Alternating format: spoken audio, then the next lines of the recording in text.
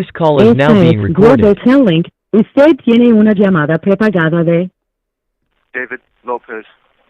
un preso recluido de la prisión estatal de Centinela, California. Esta llamada y su número de teléfono será controlada y grabada. You have a prepaid call. You will not be charged for this call. Para aceptar esta llamada, diga o oprima ahora el 5. Gracias por utilizar Global Telling. For some reason, I felt like we had 30 minutes. What's up? Hello, hey, I want to go ahead and welcome Jesse and David to another episode of You Have a Collect Call From. And today... David and Jesse. Yep, that's right. I have no recollection of exactly what today's topic is, so I haven't labeled the stream yet. But I'm sure you guys will fill me in shortly with that, and I'll go ahead and update the... Yeah, I'm gonna be honest with you, James. I'm crushed. Like, I thought that last week's topic was gonna be so life-changing for you that you would have already understood that it was the final installation of relationships. Yep. And this is Jesse. Before we even go on any further about relationships, I might want to add a disclaimer off the top. Let it be known that I am no expert in relationships, seeing how I've pretty much destroyed any worthwhile relationship in my life and damn near almost ruined like the greatest thing that's ever happened to me recently. So I just want to put that disclaimer out there. So if anybody plans on taking Jesse and David advice with them into the future, just take that stuff with the disclaimer, because I don't want to be responsible for giving you some bad advice. Or maybe I'm good with advice. I just don't take my own advice. Well, the thing is I'm perfect in every way. Yeah, I give excellent advice. No, he's right. This is the thing. We're not experts. We're not experts by far. We've lived life, and we've made a lot of decisions that have put us in this place. And our listeners are obviously out there. At least the ones that are listening to this legally. Right. And the thing is, right? I can only give input into what relationships have been like in my life and what successes that I found as far as being in a successful marriage in here while I've been incarcerated. And the reality is we're not giving relationship advice. We're simply trying to give the listeners insight into what relationships for people in prison has been like. So I don't think it's necessarily relationship advice as much as I ain't gonna lie, Jess. You going full Dr. Phil on us? I would love for callers to call in and let me try to fix their relationships. Well, and I want the bad ones too. No, you want to know what's crazy though that you're saying that, Dave, is there's actually one of the listeners, I'm not sure exactly what her name is, right? But she actually had disclosed that to somebody, that she was actually pretty intrigued by the advice that we had given, and she actually she was basically saying that what we're able to do on this podcast, that we're actually putting specifics to problems that people out there don't have the time to actually sit down and develop that insight, that we're basically putting words and names and sometimes solutions to the problems that people have out there in the real world the same way. And fortunately for us, we're in here where the pace is a lot slower, and we've been able to do the work and understand each other and understand ourselves and other people in the process. But yeah, so she actually said that, which is a good thing. I think we're in a unique scenario to where we're in a condensed area with a lot of people, and we get to see a lot of things happen in a small space. We get to see successes, we get to see failures. Unfortunately, we see death. Unfortunately, we see violence, but we also see redemption stories. We see it all. We're here, we kick back on the yard, and if we just look around, we see people that are going through it. We do ask them these questions, man, and sometimes it sucks for the answers we get back. We'll be like, hey man, what's going on? Why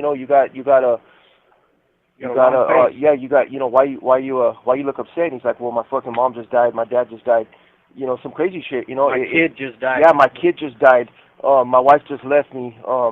So sometimes it sucks, when we get those kinds of answers back. And I mean, what do we say to them? Esta llamada y su número de teléfono será controlada y grabada. We're gonna let me give a disclaimer too. Big James is getting hit on them copyright things and copyright infringement notices on YouTube. So we're back to Spanish messaging. So, for all the we're back listeners. We're back to broadcasting on Telemundo. Yeah, like I said, there's going to be ads and all kinds of stuff from Moreno, La Esperanza de Mexico. Remember that? Yeah. Well, you guys want to know what my new user handle is going to be? It's going to be Señora de los Cielos. Hey, yeah. La Reina del Sur. King of the South. Yeah. Hey. Yeah. Hey, we got a call. We got a call. All right, let's see what we got. Hello. Hey, Jeremy. Hey, Jeremy. Yes. Hey, what's up? How you doing, man? Jeremy. Yeah. What's up, Jeremy? This is David. I don't know you, man, but I've heard good things about you. Hey, James. Yeah. So this is my boy Jeremy right here. A lot of people know him as Chivo. He's out there on the streets right now, actually, and I've been wanting to introduce you guys. As we mentioned earlier, we're trying to show the full redemption story. We've made that clear from the onset of this channel since we started, that we're showing people, we're giving background stories to show people where we came from, but ultimately the goal is to show people that everybody in here has the potential to be redeemed, and a lot of us have done the hard work, and a lot of us are doing it, and some of us have even made it out there and are succeeding. You met my boy Nacho. You did some videos with him. I plan on introducing you to some other guys. That my boy Jeremy right here, he actually did almost 30 years. He was in here since he was 18 years old. He's only been out there 7 months, and he's actually doing great out there on the streets. And I just wanted to introduce you to him because I was hoping that that he'd be able to bring some great light to this channel eventually. Man, yeah, no, I'm with that for sure. Well, I mean, I don't know. Yeah, I just, like you said, man, I just barely got out. I turned a 20 to life sentence into 29 years, and it took me 11 years to dig myself out of that hole. I had to just do a lot of work, get myself right, not only with myself but with everyone around me. And now, I was fortunate enough to be granted parole, bro, because of the actual work that I'd done. And that, to be honest, bro, that was one of the greatest feelings of my life, because I actually accomplished something that I set myself forward to do.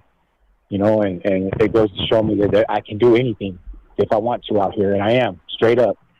You know what I mean? Hey, Chivo, this is David. Just want to tell you that what you're doing matters, man. And I don't know you personally, but the way that you're living right now has been an inspiration to me. Jesse's told me a lot of good things about you, and you give me hope. I'm still in here with a life sentence. I'm still sentenced to 40 years to life right now. But I know because of your journey and because of others like you that I'm going to go home one day. And I can't wait to meet you out in society. You most definitely will, bro. Yep. You know what I mean? I got faith in that. All you got to do is just keep your head down, your hands in your pockets, bro, and keep going. Straight up. That's it. That's what I had to do. You know what I mean? It wasn't easy at times, but it was worth it. I'll tell you that. Yeah. Learning how to humble yourself and set a goal and achieve it, man, that's just one of the greatest feelings in the world, bro.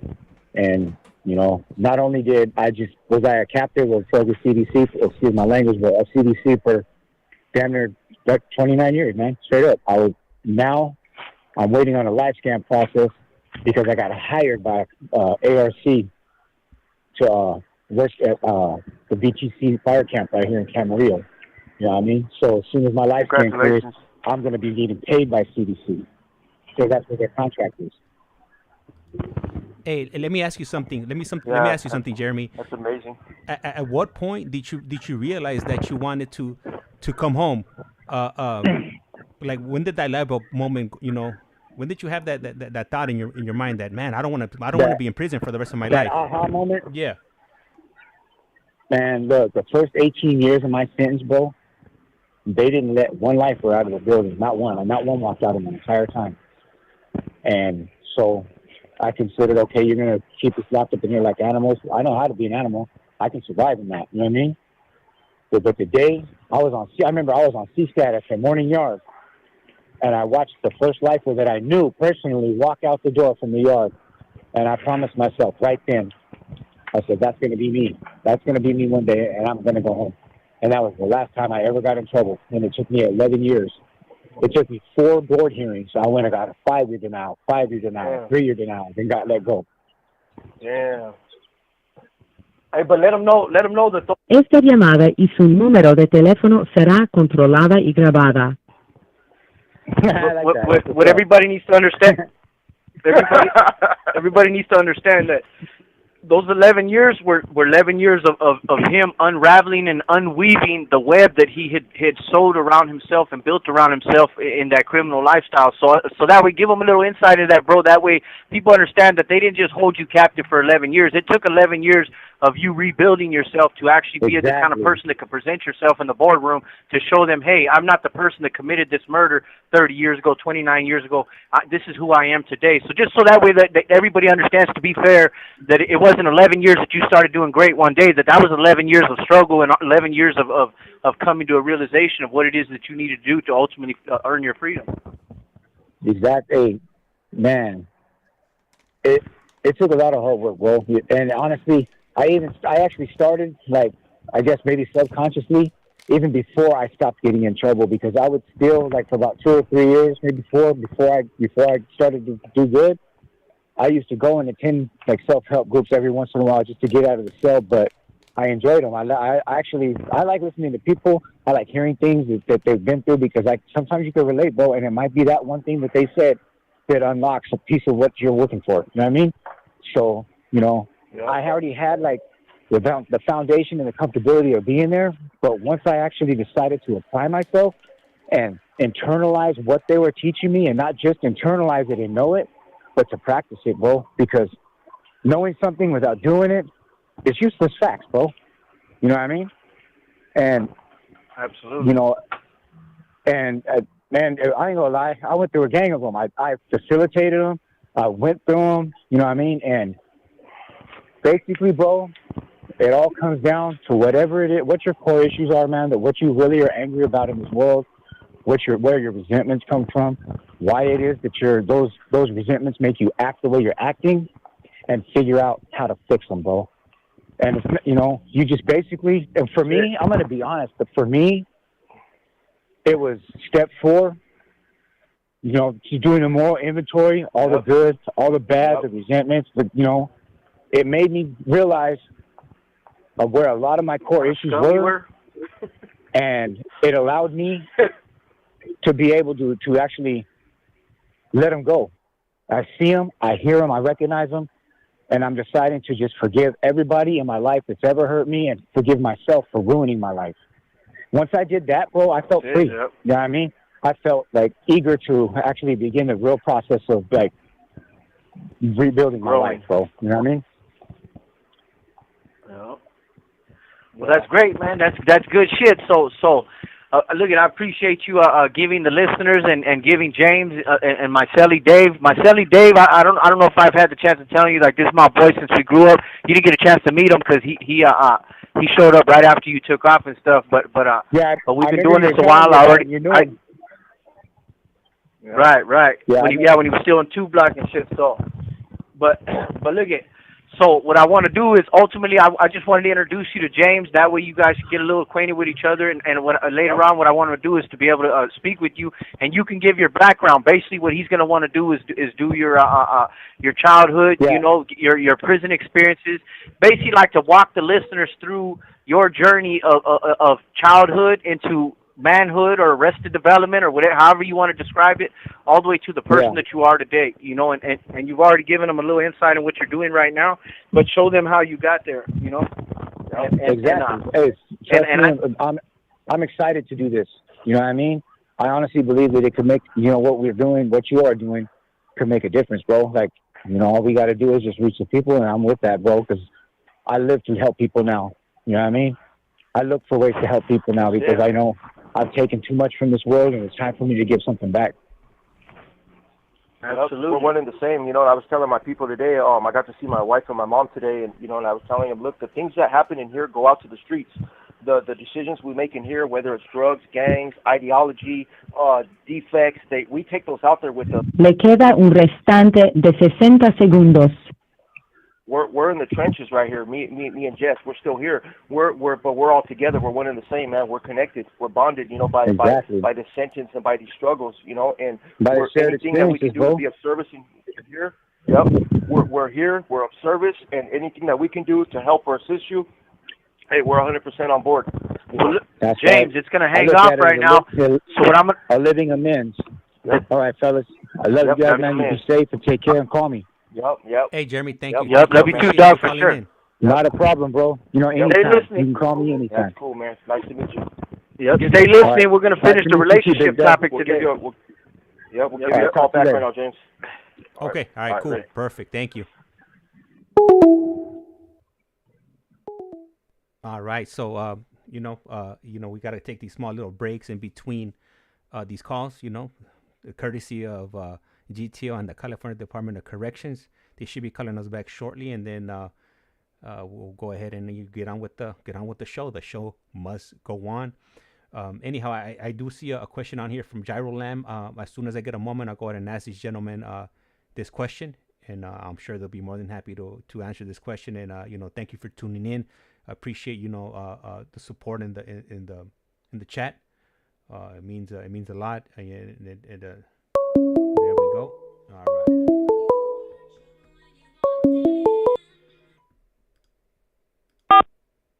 This call is now being recorded. Usted tiene una llamada prepagada de David Lopez.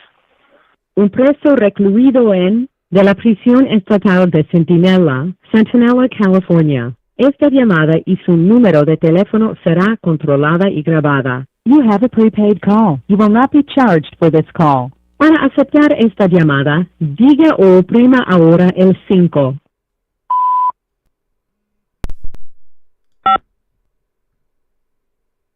Gracias por utilizar Global Tel Link. Hello? What's up, James? Yeah. All right. Yeah, we're back. So right now... yep. So a little while ago, we got a question from one of our audience members or supporters from GyroLamb. Okay. First of all, he's wishing us a good evening, fellas. And then he wants to know... good evening. There's a saying that you didn't get yourself into your situation overnight, so you can't get yourself out of it overnight. Do y'all think that this is true? I subscribe to 100%. Absolutely. And I tell guys that every day, and I had a good conversation with somebody earlier, and this dude is like, this dude's a gang member. I'm just going to be straight up with this. Dude's a gang member. I'm not going to say who, what he's representing. He's on this side. He's involved with one of those things. But this dude got himself into some shit the other day, and he's kind of one of those people that, you know how I think it was ICEMAN asked me, could you tell when you were going to get hit on the yard? Could you tell? Remember we said, there's just things that stand out. And one of those things is everybody kind of stays away, and everybody kind of watches you when you're out on the yard. Well, this dude, everybody's kind of watching him, and I'm not saying that he's in danger or anything like that. It's just that we know prison. Just like we know, the officers know. They know who's here, and they know the guys that are around. But this guy didn't do something that, according to his ideology, he was supposed to do something, and it didn't happen. He didn't do it. He hesitated. He didn't jump. So we all kind of know what that is. We're kind of like, those of us that sit in the background, we're not involved with that. We kind of just sit and we watch, like, okay, well, this dude, this dude's probably in trouble. His homies might jump on him. Well, nothing happened, but I had a conversation with them today. Esta llamada y su número de teléfono será controlada y grabada. I had a conversation with them about stepping away from all that stuff today, and he came up to me, and I told him, you're like a wounded seal out in the ocean, and the pelicans are, chirping over you, and everybody knows that there's a shark in that water. No one knows kind of what it's going to be like, if it's going to come, but everybody knows that, maybe there's something there, maybe there's something not, but everybody's watching. And I told him, that's how you kind of been in the last few days, man. We've kind of seen it, and I think that this is a good opportunity for you to just step away from everything because your heart's not in it. And he asked me, he goes, well, how do I do it? What do I do? It's hard, and I told him, look, nobody here in our community will tell you that it's easy. Change doesn't happen overnight. It's a hard thing to do, but the first thing that he has to do is he has to admit that he's not with that no more. He needs to step away from it. Do I think they're going to do something to him here and whatnot? Probably not. I don't think they are. I don't know. Like that here. Huh? They're not built like they're that. Not built like that here. And I told him this is the best place, man. If your heart's not in it, it's time to hang that up, man. That's a young man's game. you know that you shouldn't be doing all that shit here anyway, and it's time to step away from it. And I told him, look, when I first changed, it was hard for me because a part of that, just because I got jumped on, it didn't mean that ideology was out of my mind. It didn't mean that I didn't want to use drugs no more. I was still a drug addict and I was still a gang member, but I was without a gang now. You know, I still had that gang mentality. And so it took a long time. You know, it's taken years. You know. So to answer old boy's question in a nutshell, or to add some emphasis to it, this is Jesse. I 100% subscribe to that, and we have to help people understand that in here all the time, because a lot of the guys that go to board, you know, even myself included, you know, when I went to board, I had a few years, couple years doing real good, and a couple years of doing great. It was big stuff for me, you know what I mean? Like, because I got in trouble every year of my life since I started getting in trouble. So when you go on that board, the good thing is I didn't expect to go home going in there, but it was still nonetheless, you know, I felt some kind of way, like, man, that would have been crazy if I would have got found suitable or something. But a lot of these guys who do good for 3, 4 years, 5 years, but they've been doing bad shit for a long, long time, they have a tendency of going into these board hearings, to these parole hearings, and feeling like they've earned their way out of prison. But the reality is there is no real scale of what earns your way out of prison. It's all subjective, the process. So we try to explain to people, like, look, bro, think about this. You know what I mean? Like, what we've been doing, most of us, for the greater part of 30 years, you know, for most of us that are in our 40s, we've been doing this for about 30 years. And so just because you're doing the right thing for 3, 4, 5 years, that doesn't mean that you've undone everything. Well, some of the stuff you're never going to undo, but the darkness that's inside you, it requires years of putting these new tools that we develop into practice before you can actually say, you know what, man? That's why it's called recovery, because you're constantly recovering, you're constantly rebuilding, you're constantly renewing yourself, whether it's your beliefs, your feelings, your thoughts, and ultimately your actions. So with what he's saying about, you know, that it took you a long time to become that way, and you think it takes you a long time to unravel it, 100%. Like, straight up, just because we can come on here and we can give you examples, and we can, you know, talk to you guys, and it's probably hard to believe that I didn't get into very many specifics of any of the things that I've been involved in. Dave didn't get a lot of specifics, but we've been involved in a lot of crazy stuff, you know what I mean? And so some of you guys are probably like, well, I just don't see that in these guys today. And for me, that's a win. I feel like that's a great win. You know what I mean? Like, and when I first started changing, I still hung on to part of who I was, because I needed people to kind of, that's how I was validated by that in persona that I had created. But as I moved further and further and threw more dirt on top of the old person, I got to a place, and naturally, he even told me that. He goes, look, bro, your testimony is great right now to get some of these guys that are still struggling to the circle, to get them down here to the arena with us. But at some point, you don't want that to be your testimony. You got to let somebody else connect with them on that level, because you're destined for better things, and you don't want to be remembered for who you used to be. You want people to just come up and be like, man, I can't even imagine you doing stuff like that. I can't even imagine, like, I just don't see that in you. And I kind of feel like I've reached that place, because a lot of the guys here who don't know me, you know, like, man, I wouldn't expect, some of these guys tell me about how you used to be, and I just don't see that, man. That's crazy. Well, for me, that's a win, you know, so. But don't mistake it. You know, there's still so much work that I have to do, that Dave has to do, that many of us that live this life for such a long time have to do. You know, the difference is some of that stuff will never go away. We just learn how to navigate it. We just learn how to deal with it. It doesn't consume us. It doesn't influence our choices and our behaviors. And ultimately, that's the change and the transformation we're looking for. So he's 100% right, and I 100% agree with it. That it could take us years and years and years to undo some of the things that we've done in our lives, to ourselves as well as to others. Yeah, I hope we were able to answer that question, James.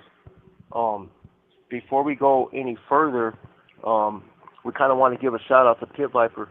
Yeah. First, straight up. Today's my brother's birthday. Pit Viper, he's probably on there listening. I love you, bro. Happy birthday. You know what I mean? Like, yeah, that's what it is, dog. You know what I mean? I can't wait to be back out there with you again. You know what it is, you know. And man, you getting old, fool. Getting old, yeah. I also want to say a special shout out to ICEMAN. I don't know if he's on here, but hey, that was a close one for Frisco. I had my eyes covered, man, for him. I was like, man, I might have to send him a get well soon card. I didn't think that was going to work out for him. Yeah, it was touch and go there for a minute. You know? I was wondering why we hadn't heard from him. Yeah, he could you know, he can open his eyes now. It's okay. He's like, dear God, make me a bird so I can fly far, far away. Wait for this TV. Nah, but another one too. I wanted to send a shout out to Brew Swillus. You know, Brew Swillus tuned in with us last week. Shout out to Brew Swillus. Yep, and I meant to send my dude a shout out last week, but got caught up in the moment and the time passed us by. And so I don't know if he's listening today or not. But regardless, if he happens to go back and check this out, just want to send a shout out. Appreciate the support always. Fear the beard. Oh, yeah. And just so you know, if Luth is wolfing on the beard. That's it. All right. So what you got for us, James? You got any other questions or any comments? Or we're gonna carry on? So yeah, no. I definitely want to go ahead and give a collect call, roll call. Don't wanna forget about our listeners that are unfortunately not here, but I'm definitely sure they'll catch it on the rebound. But you guys did mention ICEMAN. Yeah, Esta llamada y su número de teléfono será controlada y grabada. ICEMAN is in the house, and he writes, "Good evening, gentlemen, tapping in from the Bay Area." Good evening. Good evening. And then we also got on the Bay Area. Manny C also tapping in. Amazing stories he's putting. So with that, I'm gonna go ahead and do the collect call from roll call.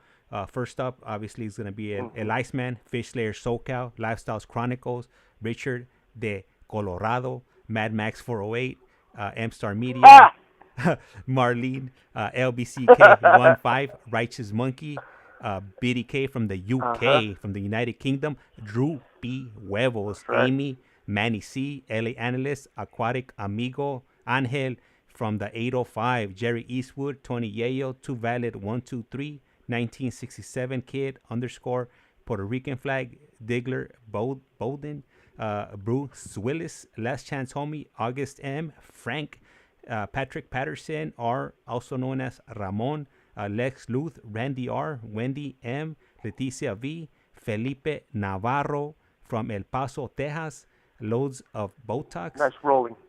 Daniel G, GyroLamb, and Vince Moreno, and not to be forgotten would be D, one of our newest members.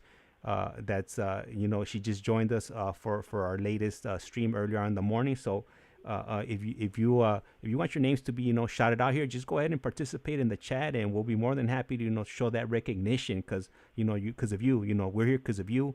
We're putting these stories out. I'm hooking up these gentlemen here, and at the end of the day, it's for you. And then we also got a comment here from Pit Viper, and he says, "Yo, I'm here, bro. Thanks for the shout out." That's what I'm talking about, the boy right there. Yeah, right. So I think I was talking about just the people on the yard right here. You make assumptions about people, and I think I was getting into how we're experts. Or no, Jesse said we're not experts, so I can't say we're experts. But I want to say that we see a lot of stuff in a small amount of time in a condensed environment. So that's where we basically we get this experience from. It's kind of like a crash course. I think public defenders go through that too. Public defenders, they just deal with this thousands of cases, just across their desk, and you're gonna learn. It's like learning a baptism through fire. And that's how we are with life in here. There's just people, you see them stressing on the yard, and you really don't know what happened. So we ask questions. Sometimes we don't like the answers, but that's where we we come from. That when we give advice and when we talk about our stories, it's from experience. We're experts in subject matter. Absolutely. Yeah, I think what we were talking about last week, Jess. What do we have? We had on the relationship questions. Yeah, we had questions real quick before we move on to that. I wanted to ask, hey, was SoCal Fish Slayer on live today? Yep, we got some questions for him. James? Oh, sorry. Yes, he was. He wasn't on one of the streams earlier on. He's not, as far as I could tell, he's not in here right now. But he's been missing in action due to having a prior to commitment to fishing. Okay. So he's been out there fishing, doing the thing. Okay. Well, we just wanted to ask because maybe you can hit him up later and let us know, because we got somebody ready to do that pattern for him, and we got some pictures of the San Diego skyline, and asked him if is that what he was kind of like referring to when he went downtown San Diego, like from Coronado. Like the pictures that we have are like taken from Coronado Bridge, right above Coronado Bridge, looking into the downtown area of San Diego, and the skyline is in the background. So just let us know if that's kind of what he was referring to, and we got somebody ready to work on it right now, and they can put their own little funky twist. And if you wanted any writing on there or anything like that, just let us know. Yep. But yeah, we're on it. Yep. All right. So that's what we want to know. So go ahead. Actually, I got his number. He texted me his number just for this occasion a few days ago or last week. Yeah. So if I don't hear if he doesn't come into the chat today, I'll go ahead and drop him a text message, and then Le queda un restante de 60 segundos. I'll go ahead and let you guys know what. That's not good. Yep. Yeah, we want, and then also we want to know where he wants it, like on his arm. We know it's one of his sleeves, but we want to know if it's going to be like on his forearm, if it's if it's on the bicep. Like we need to know, because that's going to come into like the way that it's drawn out. Okay. And let him know I got a dude right there in San Diego that actually has a shop that might be willing to open his door. That's willing to open the doors to him. He might be able to help him out. Yep. Okay. That's all stuff for us to yeah, lots of questions. Yeah. All right, so we'll go ahead and give you a call back. That was 60 seconds. All right, that'll definitely work. Llamadas. Segunda. Segunda. David Spanish right now. Yep, see, I'm learning. There it is. You're going to learn today. Yep. Call back. All right. So the time was coming up, creeping up on us. So they're going to go ahead and call us back shortly. And once they do, they'll go ahead and continue on relationships part 3. I when they originally brought up the subject, I didn't think it was going to be more than one part, and it's been definitely I think is a good topic, because when you have a loved one that's incarcerated, especially if you're a female, then they might shed some light on what might be happening. A lot of these times these relationships, they're not easy. They're not out here. They're not easy out here. Imagine, behind bars.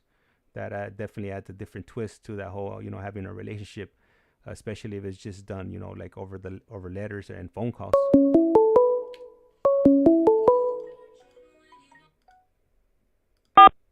This call is now being recorded. Global Telling. Usted tiene una llamada prepagada de David Lopez.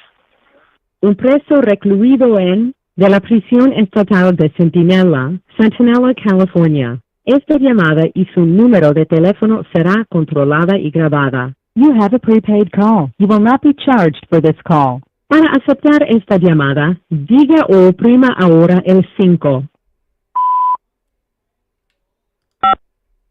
Gracias por utilizar Global Tel Link. Hello. All right, James. Yep. Yes, sir. All right. So now that we're back on, we'll try to go ahead and bring it back to this topic, this relationship topic. So hopefully we can get through all these questions tonight and move on to the next topic. Last week, unless you had something you wanted to add, James, real quick before we carry on. No, go ahead. It's all you right there. Okay, cool. So I don't know if you recall, Dave, but the last question that I asked you last week was, do you expect fidelity from your partner? Oh, remember that was absolute. Absolute, right? Absolute, undying loyalty, fidelity.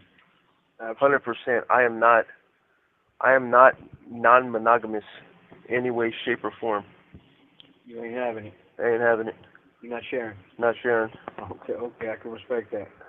And I think that's I think most people are going to expect that. You know what I mean? Like what kind of relationship are you going into if you're not maintaining the integrity of it? Now fidelity. There's people that are into that stuff. That the menage a trois stuff and all that. I just can't imagine my wife with someone else. Even a woman? Even a woman. You sicken me. I know. I know. I ask myself, what has this woman done to me? Yeah, You make me sick. I don't know. It's every man. I mean, I like to believe that every man has a fantasy of his woman being with another woman, but again, I think it all boils down to how secure you are. You know, maybe because I know for me, I don't think I'd want to share my woman with anybody, but I definitely like the idea of her being with a girl. You know what I mean? But I just, at the end of the day, I also wouldn't want, you know, like that could probably lead to too many problems. So you'd probably have to work in certain factors. But yeah, some people are just like, let's go, you know. Yeah. No. But I for sure am not sharing her with no dude. That's for damn sure. Nope. But no, I couldn't do it. Couldn't have it. Okay. Couldn't So have no, it. that's definitely, and really the reality is too though. Like if you don't expect, you know, fidelity, like what kind of standard are you setting for the relationship in a sense? You know what I mean? Like once you guys have established yourself and you got a foundation of trust and integrity in the relationship, then I believe that ultimately you can work toward like certain angles or add components to the relationship, whatever fits you guys later on. You know, it just depends on each individual person. And the thing is that with my spouse, you know, she's everything that I need. You know, there's nothing more. You know. Yeah. And that's honestly it's. I'm not sure when it happened, but it crossed into something different, something that I wasn't used to because I've only known dysfunction in my relationships in the past. But this is just something different. And you know, I know it. You'll know it when you see it. You know. And I think that you said something right there that's critical for me because you know you and I both know a lot of the same people from our past. Absolutely. We frequented the same circles and we've exercised a lot of the same dysfunctional behaviors in our past. Yeah. And that's kind of something big right there because you know what, you're right. You know what I mean? Like. The only thing when I make jokes like that, like well, it's not even a joke. I definitely like the idea of my. You were dead serious. Yeah, I like the idea of my girl fucking with a bad chick. In the past, that was a box that I checked. I wouldn't have even entered a relationship. I'd be like, that's non-negotiable. Yeah. If you're not with it, you're not with it. If you're not with it, you're not with me. Yeah, exactly. No, for sure. And that's why. So when I say that. I think also too that I may still stand from a place of unhealthiness, you know, and you said it right now. I don't know when it happened or when it you know changed, and who knows, maybe that's something that I may reach that place in my life or I may. I think you will. Yeah, absolutely, and that could be the case. I could see it. I could see it in your eyes. Yep, that could be the case. And like I said, I only know what I've associated in previous relationships or how I've looked at or objectified women or whatever it is. You know what I mean? That you know. So again, that's I say that from where I stand today. You say it from where you stand with your wife, and I admire that. That's tight, you know. And who knows? Maybe that's how I'll see things later. Again, I'm not gonna say that I'm sitting around looking for my girl to be with some girls or looking for girls to be with my girl because that's not even the case. You know what I mean? But I've definitely entertained the thought. You know, maybe it's a better place in my head than it is in reality. You know, but who knows? Yeah. But okay. So with that in mind, how would you handle infidelity, and can you come back from it? I don't believe you can. I think we may have answered that, but yeah. Yeah, that one's answered. Yeah, you don't think you can? I don't, and neither does my wife.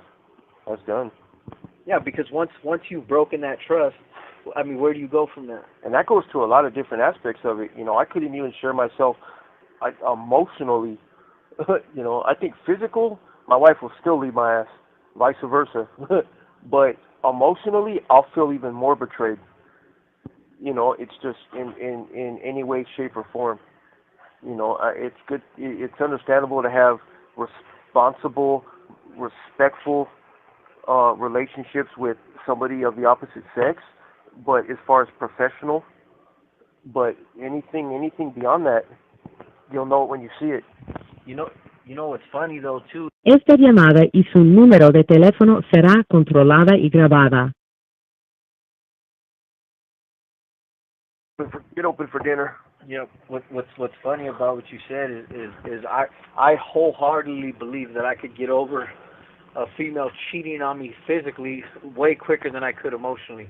You know, like that. I don't know. Again, maybe it goes to my dysfunction. I wouldn't be okay with either or, but I think eventually I could probably look past something physical. Given you know, in the past I may have, but if I felt like somebody captured my girl's heart over me, then it would definitely be a problem.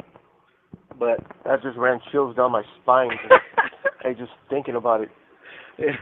Man, I was cold blooded right there. Yeah, it's hypothetical situation is. Yeah, it's a no-go. It's a no-go. No, but I agree with you. There in any I'm at a place in my life though where I think where it's like, okay, if a woman's gonna go mess around on you and do something somewhere else, then okay, well then go ahead, keep on pushing. You know what I mean? And the thing is with me, right, as far as having like friends of the opposite gender and whatnot, right? I'm respectful. I'm respectful, like, you know, yeah, I'll say what's up and whatever, right? But at the end of the day, I don't got nothing to talk to them about. I've never known, I don't know how to be, like, I'm cordial, but I don't have a platonic, you know, interest in their friendship other than hi and bye. Like I said, there's what more needs to be said. If you ask me a question, I'll give you an answer. But I just don't have nothing, like, I don't got nothing to say. You know, I could be supportive as far as, like motivate, you know, somebody for their career path, or hey man, you're doing good, you know, or where would it be, hey girl, you're doing good, you know, good to hear from you, keep up the good work. I mean, what else is there to say? Yeah. I got nothing, I got no words, you know, I got nothing, like, you know, even if I was to get a picture and they'd be like, hey, you think I look pretty? Well, I don't. Who you asking?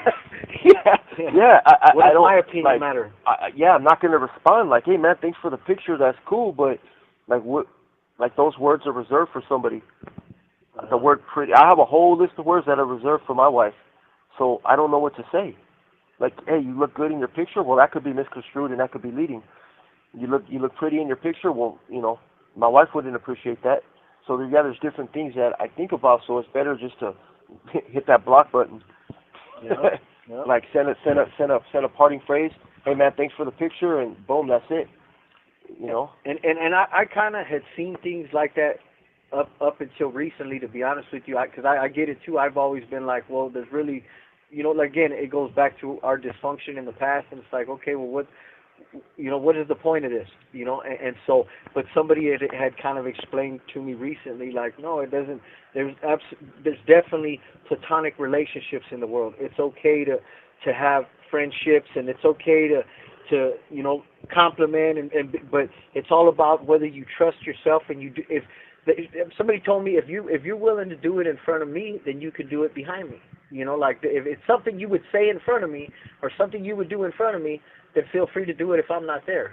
You know what I mean? And me personally, I didn't understand that in the beginning because I'm like, nah, because I'm like a freaking horny dog. Don't put me around no chicks. Don't give me no opportunities. There's none of that. You know what I mean? I don't want no girl talking to me. You know what I mean? And again, she made me realize, you know what? It's probably because you don't trust yourself, and that's 100% the truth. But the thing is that you're coming off of 23 years of incarceration. You've been there for 23 years. Right. Out there in society, when you were in those situations, you were a kid. Right. You were young. You came in at 21 years old. That's what we say, and that's what we think is a 21-year-old. You're making healthy decisions now because, and even the ones that you struggle with, you're still finding healthy solutions.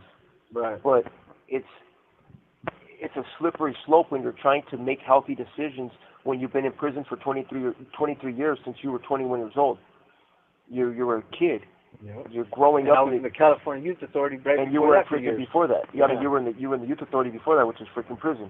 Yeah. You know, like me, I was in the juvenile system. We were kids trying to act like we were adults when it suited us, and we were acting like kids most of the time behind the scenes. That's what we were doing, including with our thinking. And that's what's out there right now. That's what a lot of these people are in the real world. There's people that never grow up out of that dysfunction. They come and they've never been to jail before, and you know that's why. Come on, why do a lot of women try to get with dudes randomly from prison? What are they missing out there? There's plenty of dudes out there, right? Yeah. What's different? Well, because there's a different intimate attachment. Like, hey man, maybe I would rather spend time trying to fix this dude than rather be with somebody out here that, you know, thought he had it all together, and then he just cheated on me, that he did this and that, because the same things happen out there. Just like people get into bad relationships in here, they get into them out there all the time. I see a lot of marriages last in here. I see a lot of marriages fail out here. I'm sorry, in here. I see them fail in here. I see them last in here. It's the same thing just out in society, but we see it condensed because we see everybody's struggles in here. We see who gets visits and we see who stops getting them. You know, we see who. I work in the law library, so I know who's going in there for divorce papers. Right. You know, and I worked there for a year and a half before you. So. Exactly. Yeah, and so you're the one that made the file for the damn, papers, the divorce papers. So we know what's going on. So it's just, look, people are going to live their life. You had all the odds against you. Thank God that you have Chivo out there. You got Nacho out there. You got people that are going to help, that know what it's like. This guy that we talked to earlier, 29 years, man, this Jeremy dude, 29 freaking years. Came in when he was 18 years old. And from 18 years old, and he's out there and he's succeeding. He's making his way out there because people are helping to guide him, and that's what you're going to need out there. And the same thing goes with relationships. You can't get out of here and think, well, I got it all figured out. Right. Why? Because you read an article in a Curves magazine? Yeah. You know what I'm saying? You read a couple letters to Penthouse? Yeah, you read Penthouse letters and you think you know what sex is? No, come on, man. Right. You know, but it's good that you understand that.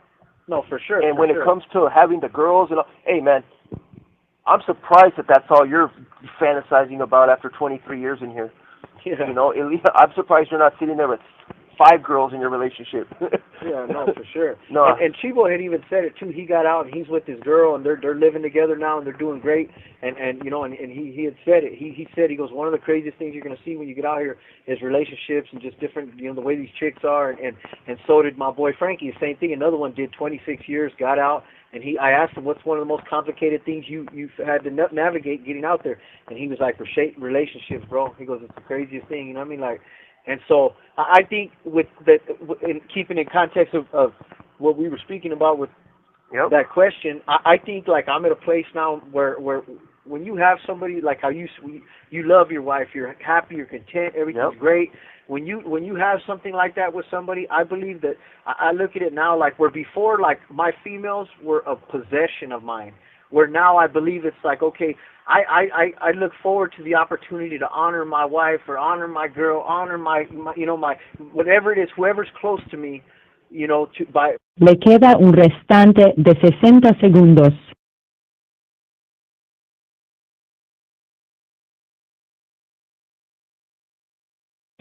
I look forward to the opportunity to do the right thing and be like, hey, hold on, this is my girl right here.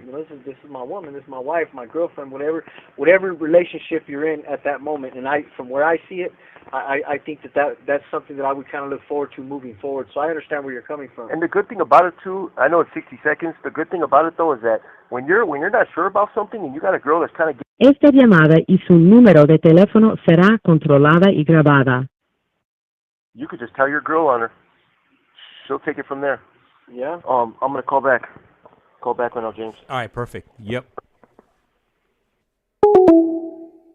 All right, so they'll be calling back shortly. Just hang in there, and as soon as they call back, I see a question on here from ICEMAN. So I'll go ahead and ask them that as soon as we reconnect, and let them take it. Let them take it from there. I'm in and out of the room right now just because we do have some guests here at the house, and they don't know exactly what I got going on back here, but I do have my wireless headphones, so I'm popping into the room every few minutes just to double check on the chat, but I could hear everything even though I'm not in front of the computer.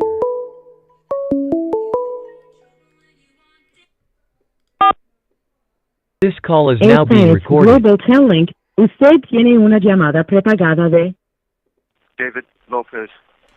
un preso recluido de la prisión estatal de Sentinela, California. Esta llamada y su número de teléfono será controlada y grabada. You have a prepaid call. You will not be charged for this call. Para aceptar esta llamada, diga o oprima ahora el 5. Gracias por utilizar Global Tel Link. Hello. Yep. All right, so yes, sir. I got a question on here from ICEMAN, and he wants to know, Did Jesse say he had a child a long time ago? If so, does he have a relationship with him or her? Excellent question, Jess. Great Go question. ahead. Absolutely. I have 3 grown daughters. All my daughters are grown. I have one that's 26, going to be 27, and I have 22, going on 23-year-old daughters. And I have relationship. My oldest daughter, things are pretty strained right now, but I did have a great relationship with her in the past. Just certain things have come up, but my other daughters, I have great relationships with them, and yeah, they're my pride and joy. You know what I mean? They're a large part of why I do what I do today. You know what I mean? I can't, my youngest daughter lives out in LA, and I can't wait to get out there to LA to be closer to her and share some of the experiences that I missed so much of, and it's just a trip, like to think that she's proud of me, and when she tells me stuff like that, when she tells me that she can see the change in me from the time she was in high school, that right there, like, makes my heart melt, and it drives me, like, it gives me like a turbo boost on what I'm doing in here, because it's a reminder of why I'm doing what I'm doing.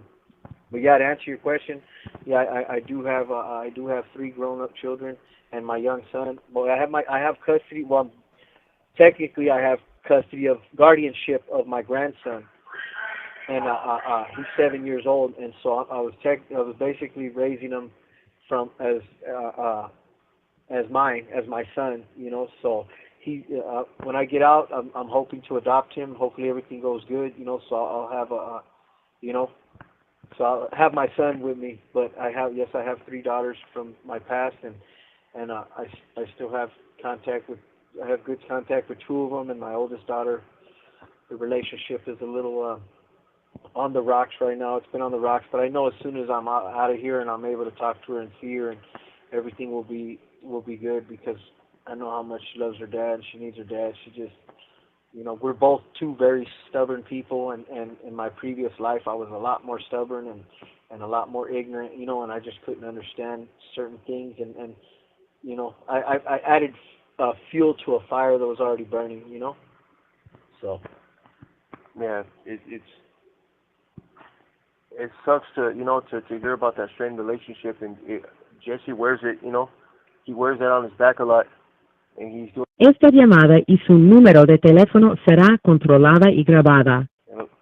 The thing with us is we wear our traumas on our sleeve. You could see it when there's something off about us. You can tell, and that's been wearing on Jess a little bit, and yeah, he's just doing whatever he can, because he can't control her emotions as much as we would like to think we can, or we'd want to. It's just more as the closer I get to going home, yeah, the heavier it gets, because it's like, man, I can't wait to get there and just see her, and there is that worry that the resentment that she holds in her heart, because mind you, I've been gone all their lives, I've been locked up all my daughter's lives, and thank God my youngest daughter she's told me straight up, she's made it clear, like, look, Dad, don't worry about it. I don't hold none of this against you. You know what I mean? Like, don't get out here and think that you have to make up for lost time. Just remember that we have the rest of our lives together, and I get it. You know what I mean? Like, I don't hold none of this against you. I don't hold no resentment. You know what I mean? Like, and that is like a major weight lifted off my shoulders, because, how can you not want to get out there and try to make up? You've missed every milestone. She's 23 years old. Like, you've missed every milestone. In her life. She'll be 23 in April. So it's like, how do how do you undo that? But she's super mature, and she's giving me that pass, and I appreciate it. And for that I will never betray her. I will never allow something in here to keep me here and keep me away from her any longer, to put her through this nightmare that has been my life any longer. You know what I mean? I want to get out there and try to be a father to her, and at least, she's going to college right now, at least be there when she graduates. You know what I mean? Like, who knows, she may get married, she's in a relationship, hopefully be there when they get married, and who knows, so I definitely want to be there and be her father, in the way that I haven't, I've kept, like I said, I've kept a pretty strong relationship with her over the years, you know, but I know there was a lot of resentment before, but she's gotten to a good place. My oldest daughter, I do believe, because she's stubborn and hard-headed just like her mother and me, and so I don't know how that's going to be. I am a little worried that when I do see her, when I get a chance to get out there, that maybe she will be like, nah, you know what, I'm cool, you know what I mean? Like, I'm 27 years old, 28 years old. By the time I get out there, what do I need from you, dude? You know what I mean? Like, and it's going to hurt, it's going to break my heart, but she's well within her right to feel that way, you know. And so that's just something, like Dave said, I wear it heavy because my time's coming, you know. I'm close, you know, and you guys might think, damn, a couple of years, that's close. It is close when you've been in here damn near the last 23 years, you know. So 2 years is nothing for me, you know. I can do that. It's just now that I'm conscious of the time, it goes a lot slower. Now that I can already, you know, taste my freedom, it's a different way of doing time, But yeah. So to answer your question, yes, I have kids. They're not kids anymore. They're grown-ups, and I'm, you know, pretty proud of them. You know, just from the things that I hear and the things that I know. So that's cool. So basically, was that it, James? Is there any other question? As far as the questions, you know, that's it. We just had a new listener come in. She's tapping in, and she goes by D. And she writes, "Good evening, everyone listening from Riverside." Oh, that's cool. Riverside. Welcome to the show. Welcome to D. She's Riverside County, huh? That's where we're coming from. But yeah. So what do we got? Oh yeah. Anyway, about I'm gonna try to get back into what we were talking about before we got cut off. Like women, like, okay, so I guess I gotta try to break it down like a pair of Jordans. Women, okay, we can't just put them in a bag. As far as the fidelity thing, we can't just put them in a bag and just keep them there just to look at. Like my Jordan, are you making an indirect innuendo at my Jordan? Back to your Jordans. I keep my Jordans in a plastic bag so that they stay brand new and they stay crispy. My Jordans are feeling attacked right now. Sure, they'll get some scuff marks, Jess. Yeah. They will not get scuffed as long as I keep them in the bag. Okay, we can move on. I was just looking at his Jordans right now. All right. What do we got, Jess? What's the next question on it? So there's no coming back. Bottom line is there's no coming back. You know, I'm at a place in my life, I'm sure you are, that if there was infidelity, I got no more time to waste on little kid shit. I just got respect for myself. Yep. I do. I got respect for myself, and the woman that you're with, you have to have a woman that respects herself also, and they're not going to respect that. Yep. And that's what it is. And you don't want one that's going to put up with that anyway. Absolutely. No. All right, so the next question is, do you find it difficult to trust? Are you a secure man? I'm extremely secure, and I don't find it difficult to trust, but in some aspects I do. Not with my wife, but everybody, you know, yeah, fucking hardcore, man. You know, I've just seen too much, man. I've been living in this world for a while now, 42 years old, and yeah, I find it hard, man. I find it hard to trust. My wife is the first person that I've just been completely open and vulnerable with. But yeah, other than her, oh yeah, for sure. Thanks for being honest and allowing that little space. I think most dudes would like to say that they're secure and this, that, and the other thing, right? And if I'm completely honest, I find it extremely difficult to trust. And a lot of that. Esta llamada y su número de teléfono será controlada y grabada. To not trusting myself in the past, and like you said, we swam around in the gutter for a long time. You know what I mean? And most of the females and dudes and everybody that comes from this lifestyle were untrustworthy. Bottom line, you know what I mean? Like everybody had a warped perception of what honor and integrity and loyalty and commitment is, you know, and myself included. You know what I mean? So as far as like I was not a person to be trusted before, and most of the chicks that I messed with weren't somebody worthy of trust. You know what I mean? So it's hard for me. It's even a lot harder now. You would have never known that in the past. In the past, I didn't really care. I felt super secure, but I realize now that I was just an arrogant, cocky bastard, and it was a defense mechanism so that that's how I masked my distrust for other people. Is like, well, I don't give a shit what they do. You know what I mean? Because it's like, bottom line, you're not going to hurt me, so like, do what you do. You know what I mean? Either act right, do it moving, you know? And so that was kind of like how I approached most of my relationships in the past. It was just one-sided. So today, you know, like I said, now that I'm in a place in recovery in my life where I'm trying to be a better person in every aspect of it, I like to say that I'm secure, right? But the reality of it is I don't have the defense mechanisms that I used to have that worked for me in the past, that I wasn't worried about getting hurt.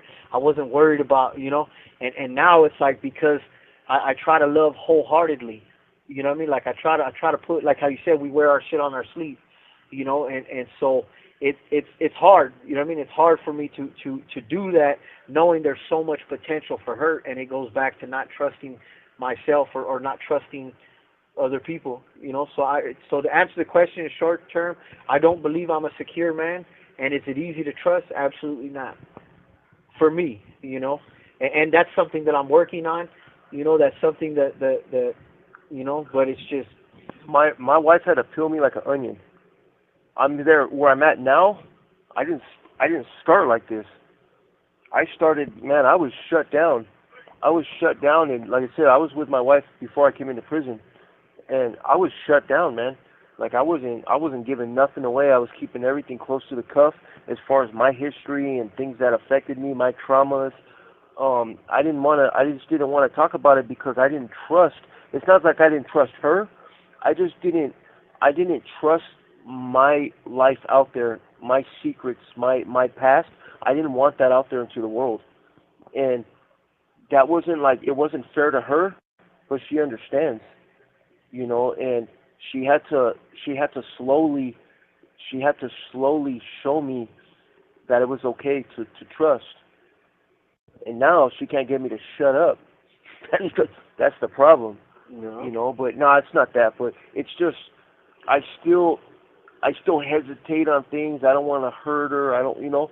And so yeah, it's still a learning process, because not trusting other people, I also have to learn to trust myself. Hey, I'm going to make the right decisions.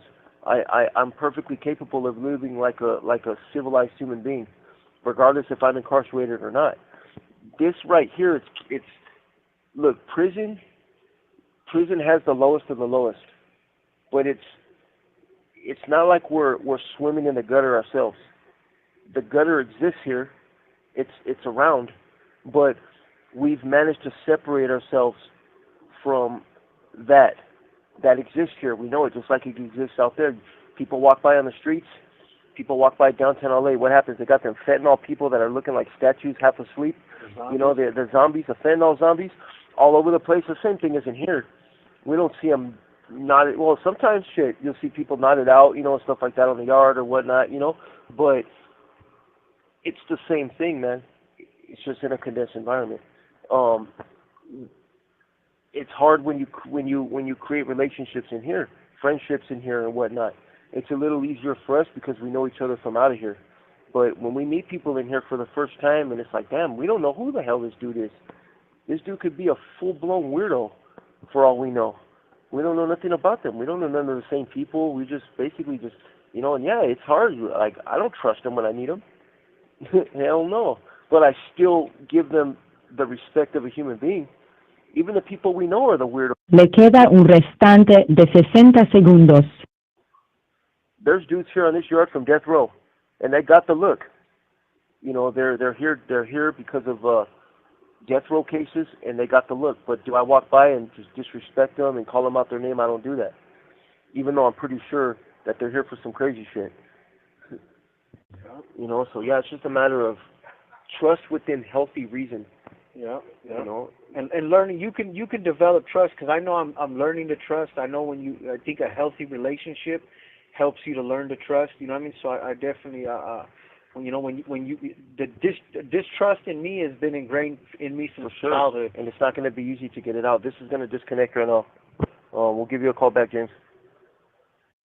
Okay, we'll be waiting. All right. So we hit the 15-minute mark once again, like clockwork. Every every 15 minutes. Gotta do a new phone call. Hopefully, they are gonna be getting rid of that 15-minute limit. But I don't know. I'm not sure why they haven't done it yet. If they were gonna do it, but word around the prison water coolers that they're gonna be getting rid of it. But I mean, how true can it be? I don't know. But I guess we're just gonna have to wait and find out what it is. Anyhow, so they should be calling us back shortly, and they're going to continue on their relationship.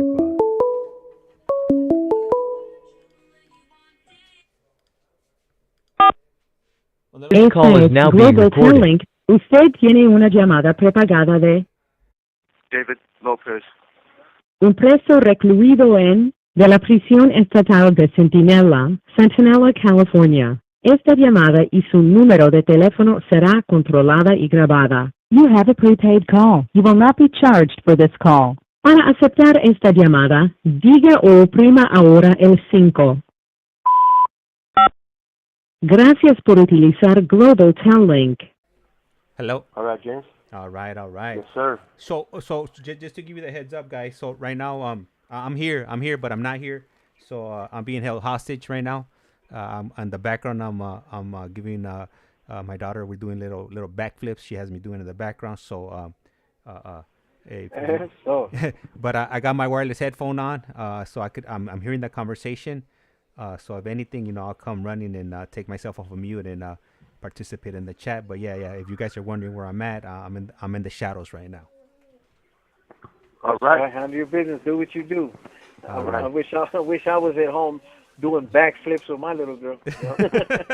All right. That's right. All right. So again, what we were saying beforehand, as far as with the trust, distrust in me has been ingrained in me since childhood, though, not just being in messed up relationships, but just the fact that early on, from an early age, I was taught that this world was dangerous, that I couldn't trust people. If I couldn't even trust my own parents, if I couldn't even trust the two people who were supposed to nurture and love me the most, then how can I trust the world? How can I trust anybody in it? How can I, like this, at every turn in my childhood, I was shown how dangerous life was and how dangerous this world was, and how if I didn't protect me and take care of me, nobody else would, So I don't want to come across and sound as some delicate ass dude in the sense that I don't trust and I'm insecure, because that's not the case. It's just there's something in my subconscious that makes it hard, because these are the kind of betrayals that I've been dealing with my whole life, not just from women, not just but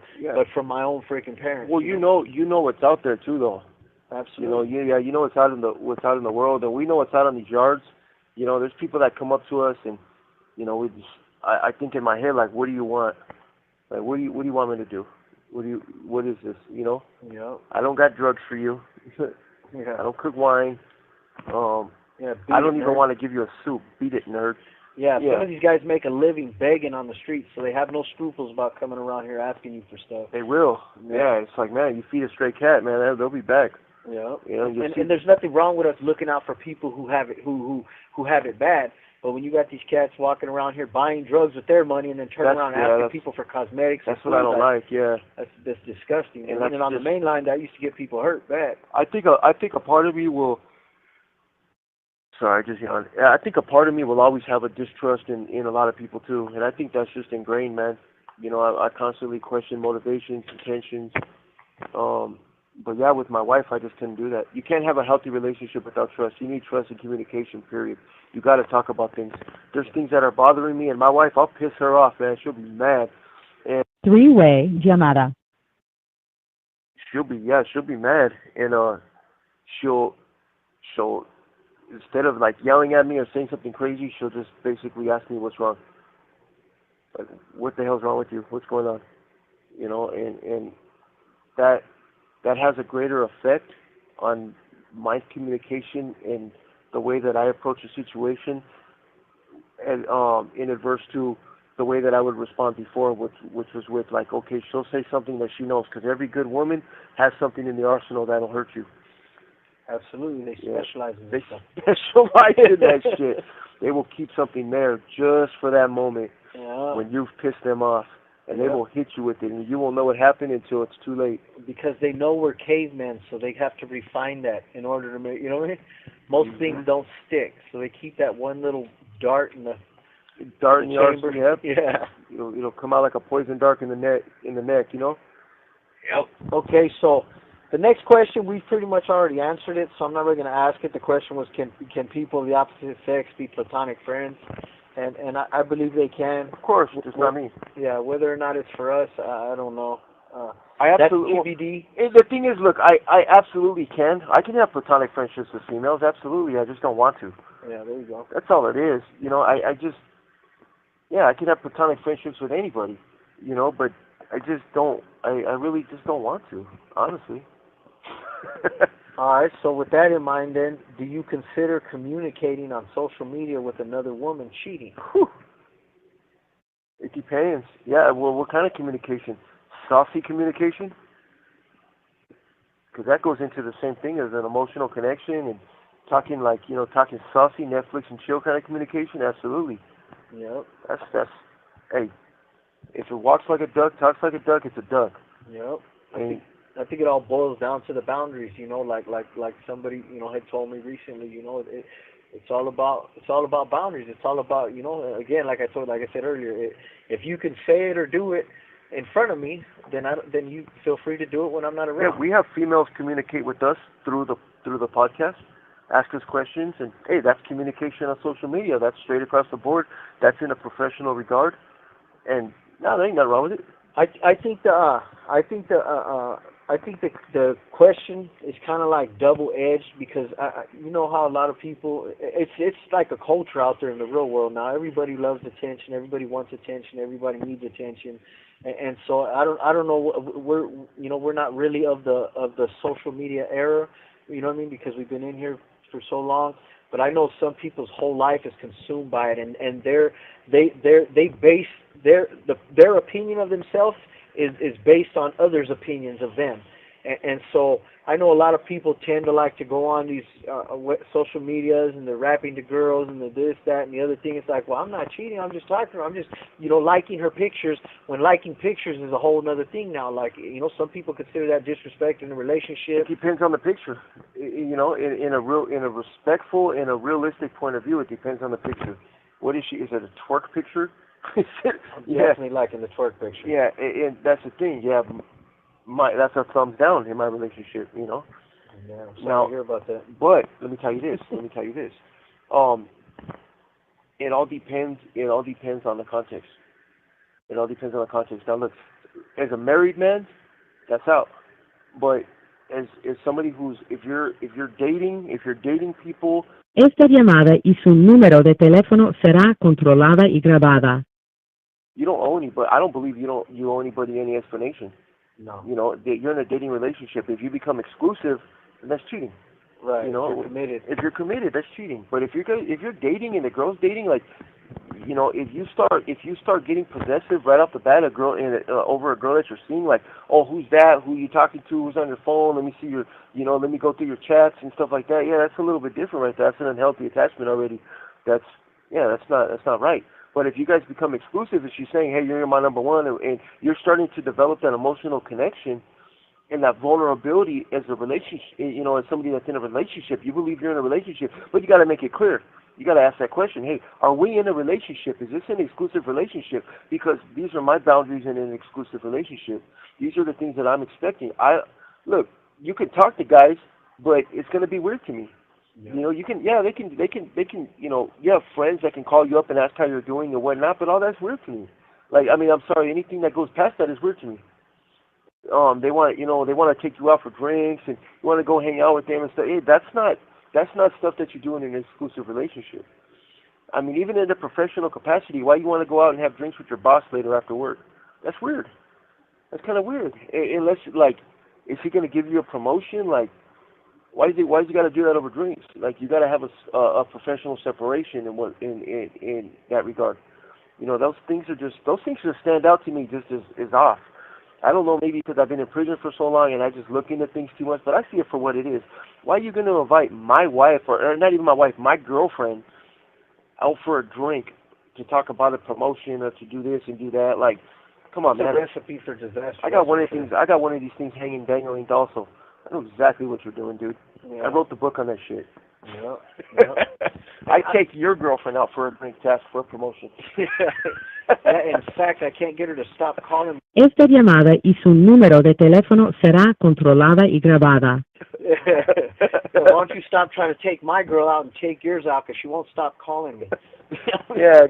I just saw her in Jesse's passenger seat. Yeah. That's never good. Yeah, I just seen your wife in Jesse's car, and you're over here asking my wife for a date? What the? No, we're not doing that. Yeah, no, I agree with you. I believe that definitely the social media thing, it's all about boundaries. You know what I mean? Like, if this is not a friend of yours from the past and you guys actually have a righteous friendship, me personally, there's no need in developing new friendships on social media, because all you're doing is setting yourself up for, you know what I mean, for problems. You know, so I agree with you, because that's just how the man mind works, and that's just the reality, you know. So I definitely it would be all about the communication and the boundaries, you know, and knowing what it is. I know that if you have a woman that makes it clear to you, like, hey, this is my dude and this is what it is, and this is how, you know, like, if you can help me somehow, some way promote my business, or you're gonna you know, somebody talked to me, like, people used to come up to a friend of mine in a bar and be like, hey, can I buy you a drink? And be like, yeah, if you're willing to buy my man a drink, you're willing to buy them a drink right there. And to me, that's somebody who knows how to set healthy boundaries. Like, yeah, I know, we can be cool. Like, let's go hang out over here. My friends are right here. Let's, you know what I mean? Like, but as far as like going off on their own little trip and hanging out with dudes and shit like that, or you know, me hanging out with other women, I don't think that. Like you said, I believe my girl deserves more respect than that, you know. And if she's comfortable in it, then she's a better person than me. We got a mutual friend here, you know, our buddy Alex, and he has girls hitting him up. Alex is not he's not a bad looking dude, you know. Alex keeps himself together. He's always clean cut, you know, and he's been in prison for a long ass time. I don't think he's 40. What's he, like, mid-30s? Yeah, 33, 32, 33, something like that. Yeah, he's you know, so he's in here in the prime of his life. He's got girls hitting him up. I don't know if he's on one of these right of prisoner sites or whatnot, but, you know, every once in a while, like, he'll come and ask me, you know, he'll be like, hey, you know, what do you think? I got this girl, you know, he asked me the other day, I got this girl, she's hitting me up, but I kind of like her. This other girl, I don't really like her, you know, but I don't want to be rude to her, you know, she's been hollering at me, you know, and I just told him straight up, like, what's your obligation to these girls? You just met them. Like, we can't think we're in a relationship the moment that someone slides into our DM, right? All of a sudden, boom, that's it. We're in a relationship, and now we're cheating in our mind because, you know, it's like... Yeah, we're held captive. Yeah, this girl, all she said was, hello, I saw your profile. Yeah, and now all of a sudden you're getting fitted like, for why? a ring? That's what I told him. Yeah, why getting fitted? Why are you asking me this question? Like, why do you feel like you have to tell her anything that you're talking to this other girl or that other girl, vice versa? Like, who are these people? Yeah, no, I told them, find what's right for you, but you don't got to be a dog. You can still be flirtatious. You still do what you got to do. You're finding your way. People do it every day out there. Find your way in society, man. Find your way in the world. Just, you know when you're being when you're being a dog and when you're not. You know when your integrity is being compromised and when it's not conducive to who we are today, then you know what you got to do. If it conflicts with who you are and who you say you are as a man, then you have to make some adjustments. And this girl, one of these girls, she started sexting him. I don't know, like, I mean, you're kind of old, guess, but I'm pretty sure you know what sexting is, right? I'm just saying. I'm the master of sexting. I'm just saying. No, I've never sexted, so I don't know. What the I don't think you're so unhealthy in your smut talk that it's probably not considered sexting. Martha Stewart sexted. Yeah. You know, sexted. Yeah. Yeah. The phone company would definitely. Yeah. Talking dirty on the text, you know. Yeah. And it's funny because he told me, he's like, hey man, this girl, she told me some stuff, you know. She's already like kind of talking dirty to me. I was like, dude, your third conversation, she's already talking dirty to you. This is not the one. How do you know? It's not the What one. the? It's not the Why are one. you disqualifying this woman because she's comfortable in her sexuality? She spelled sexy with 3 X's. Then she is definitely definitely part of the home team. What are you talking about? That could be his future wife, and they could be 3 sexy, 3X sexy. What? I don't want to see the word. You sounded like a prude. She spelled booty with 3 O's. Then she's probably packing Sexy cake. booty. There was. Le queda un restante de 60 segundos. Any woman that spells sexy with 3 X's and booty with 3 O's is definitely worthy of a second sexy. What are you talking about? You sound like a freaking monk. I would love the listeners to chime in. Am I a prude? Am I being a prude? Absolutely, you're being a prude. I want them to spell it. We're gonna start calling you Martha Stewart. What are you talking about? This chick nowadays, if she's comfortable in who she is, then she's hitting them up. I think she's a bot. I'm just gonna say it. She's a bot. She might be a bot. She's a chat bot. Yeah, he might be. She's an AI chat bot. All right, James, we're calling back. James. Run to the thing.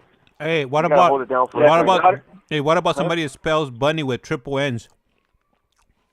I can't handle it. I can't, James. I'll lose my freaking mind. Hey, I gotta call back right now. All right. Talk about this right now. They definitely had me busting up right now when he said that thing about with the sexy with the 3 X's. I was in the kitchen grabbing some milk and some cookies. Almost spit the milk out of my mouth right now.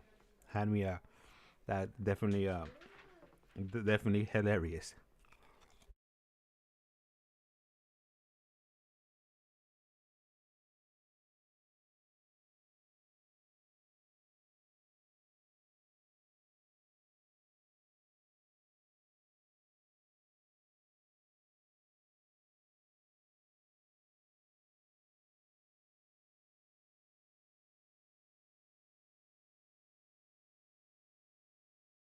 All right, my apologies. My daughter was having a meltdown right now. She's trying to trace a bunny on the iPad, and it's not working out. So I'm gonna have to print it out on a paper and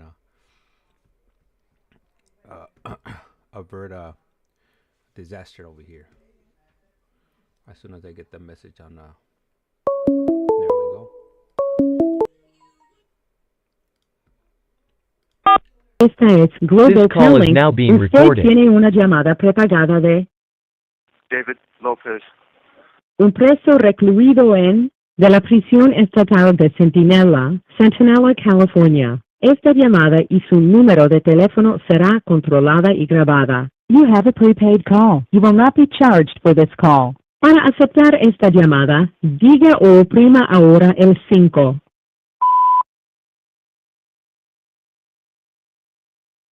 Para rechazarla. Gracias por utilizar Global Tel Link. Hey, all right, so James.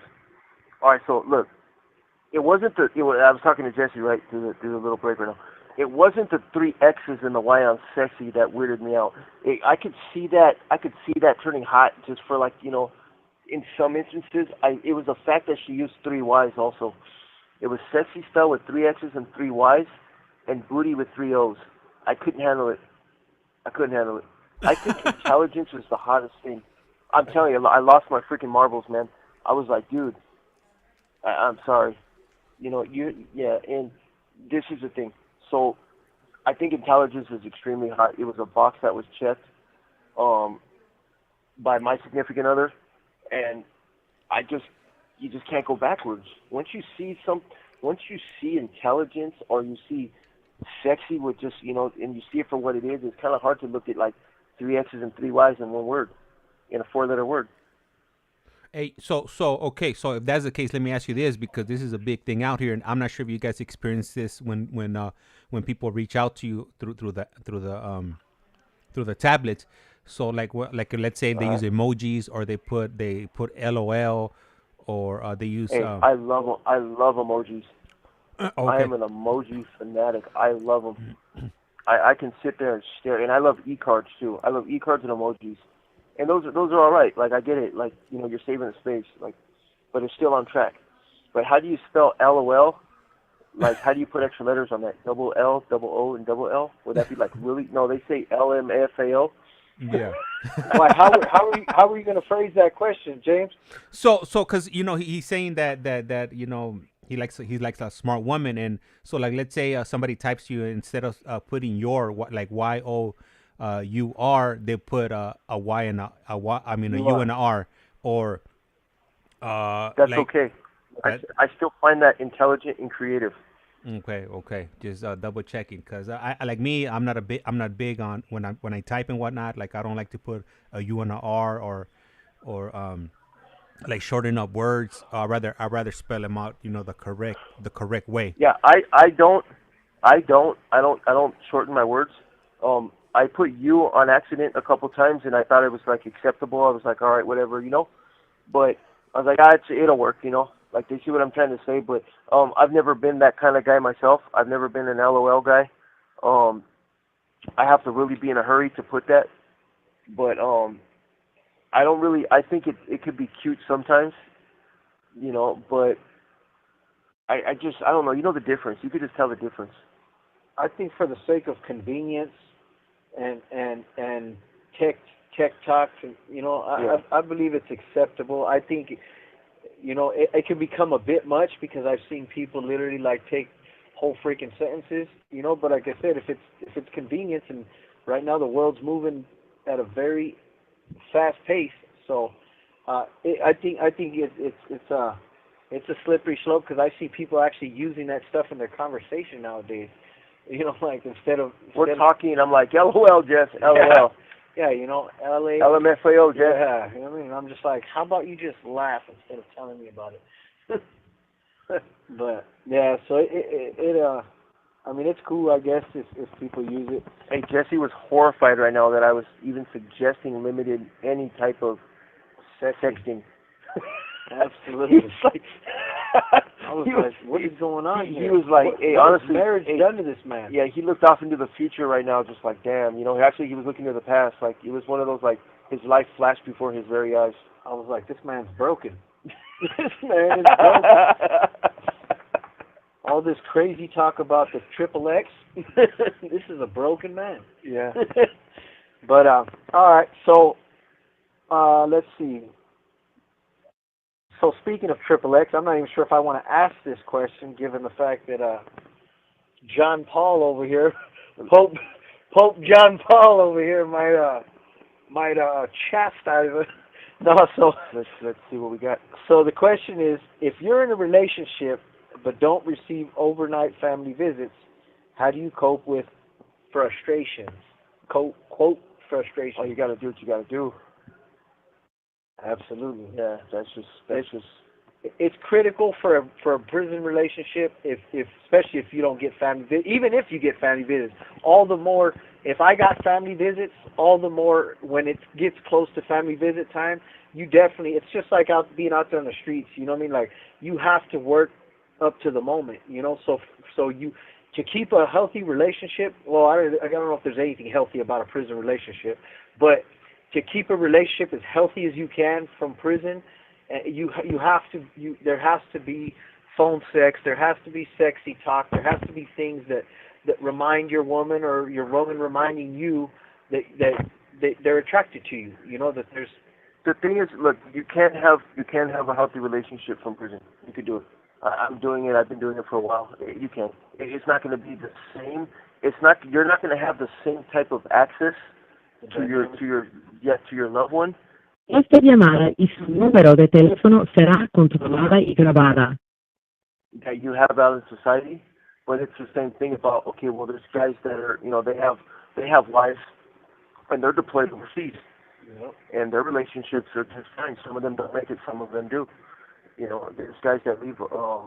There's guys that leave and they're defending our country. They're over there. There's Navy SEALs that are deployed constantly. There's guys that are deployed all over, the Middle East and whatnot, even right now. And they got spouses they got to leave behind. And these guys are dedicated to their jobs. This is what they do, and it's an understanding. And so I'm just saying that those relationships work. They might not be ideal. They might not be ideal, but they work. And the same goes for prison relationships. But you have to make a decision to be healthy. Absolutely. Just like in any other relationship, you gotta you got to make choices that you might not want to make.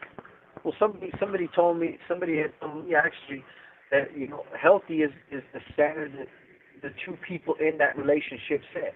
Like I don't get to judge my relationship healthiness on the healthiness of your relationship. And somebody told me that, they were like, hey, healthy in this relationship is what we make of it, stuff like that. Like, so you're absolutely right in that sense. I think it's important to keep your relationship spicy. I do, and I read a lot. I read on it a lot. I read. I'm taking psychology classes. I read a lot of articles because I want to be the best spouse that I can be in my relationship. What's right for my dynamic, but it goes. You don't want your relationship to go stale. Even and if you don't get family visits, then you're going to have to be more creative. Absolutely. To keep that spark alive because you're still a human being.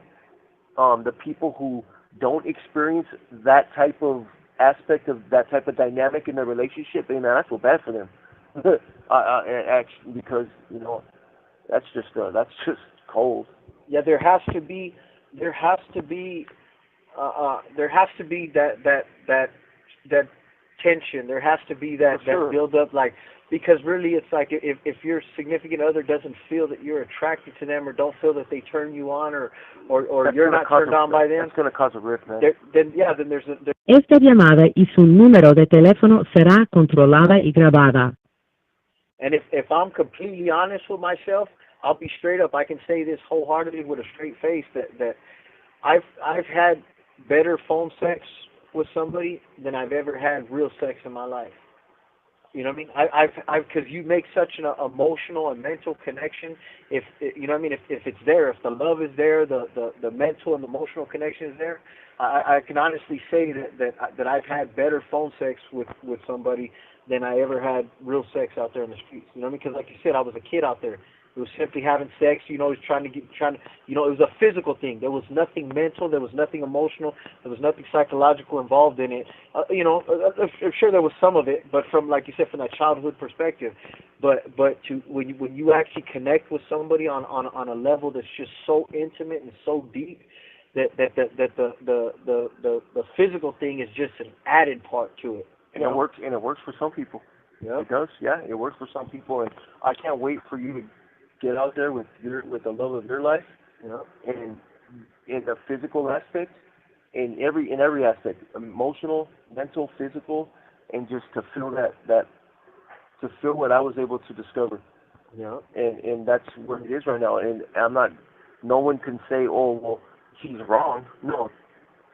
Put yourself in prison, for 23 years, and you're gonna start to be creative in the way that you live your life. Yeah. And you're in here. You made the decision to put yourself in prison, so it's not anybody else's fault. But the thing is, you're going to live your life to the fullest, and this is what it is for you right now.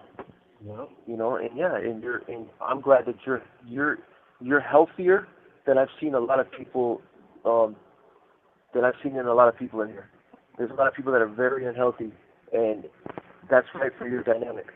Yeah. Absolutely. And that's what it is. And people that don't have that spark alive in their relationships and in their marriages, or hey, honestly, you're not with the right person. Absolutely. Because it's a beautiful thing. And that's why I think, like, I try to sit here and envision, like, damn, how add the physical component to this mental and emotional connection, and what could this be like? You know what I mean? Like, to me, it just seems like it would be mind-blowing, you know what I mean? Because with the psychological and the mental and emotional aspect, it's already that way, you know what I mean? It's already, it reaches the physical on a whole other level. So imagine you actually add that physical component there. And sure. Yeah. I think it would be, that's what, I believe that's what making love, the term making love, that's where that comes from. Because you're righteously making love. There's an actual fire.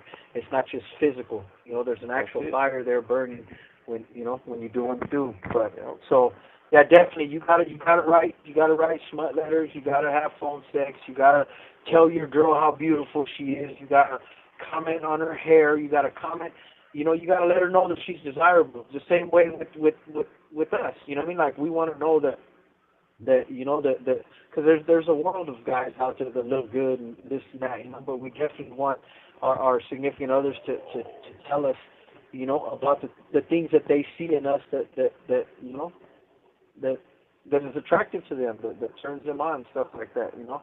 And some people it's just the personality, or some people it's physical and personality, you know. But all right, so this is the last question right here, Dr. David Donahue. What are your expectations of your spouse while in prison, and what do you believe her expectations are of you?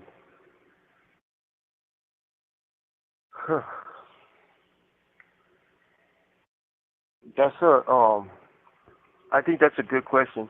And okay, so a while back, I don't remember if it was last week or the week before, you asked me about selfishness, right?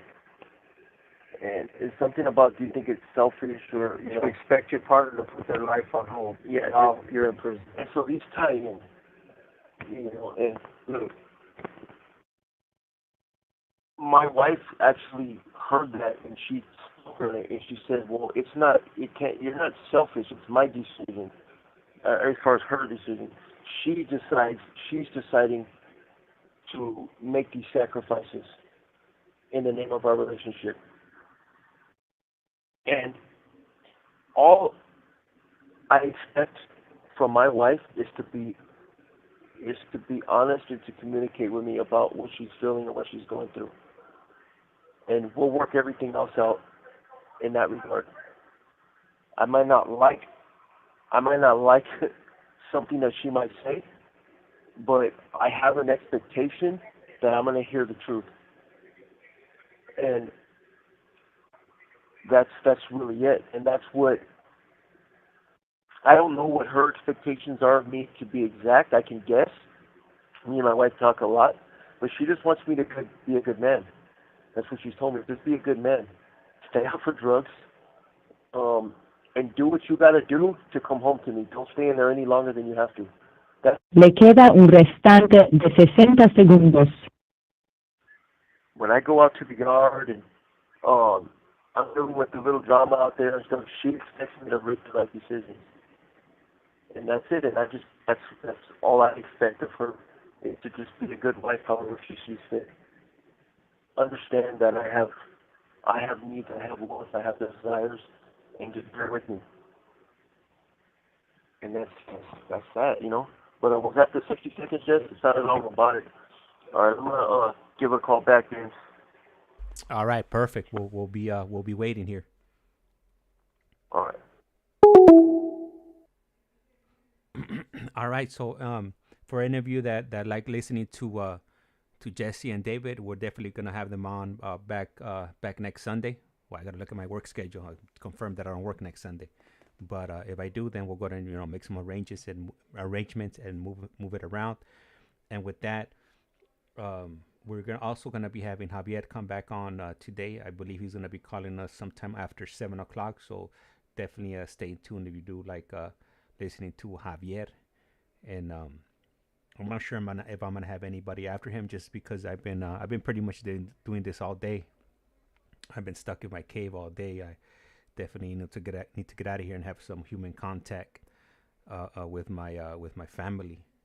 So my daughter's been coming in and out, and she's been having me like draw.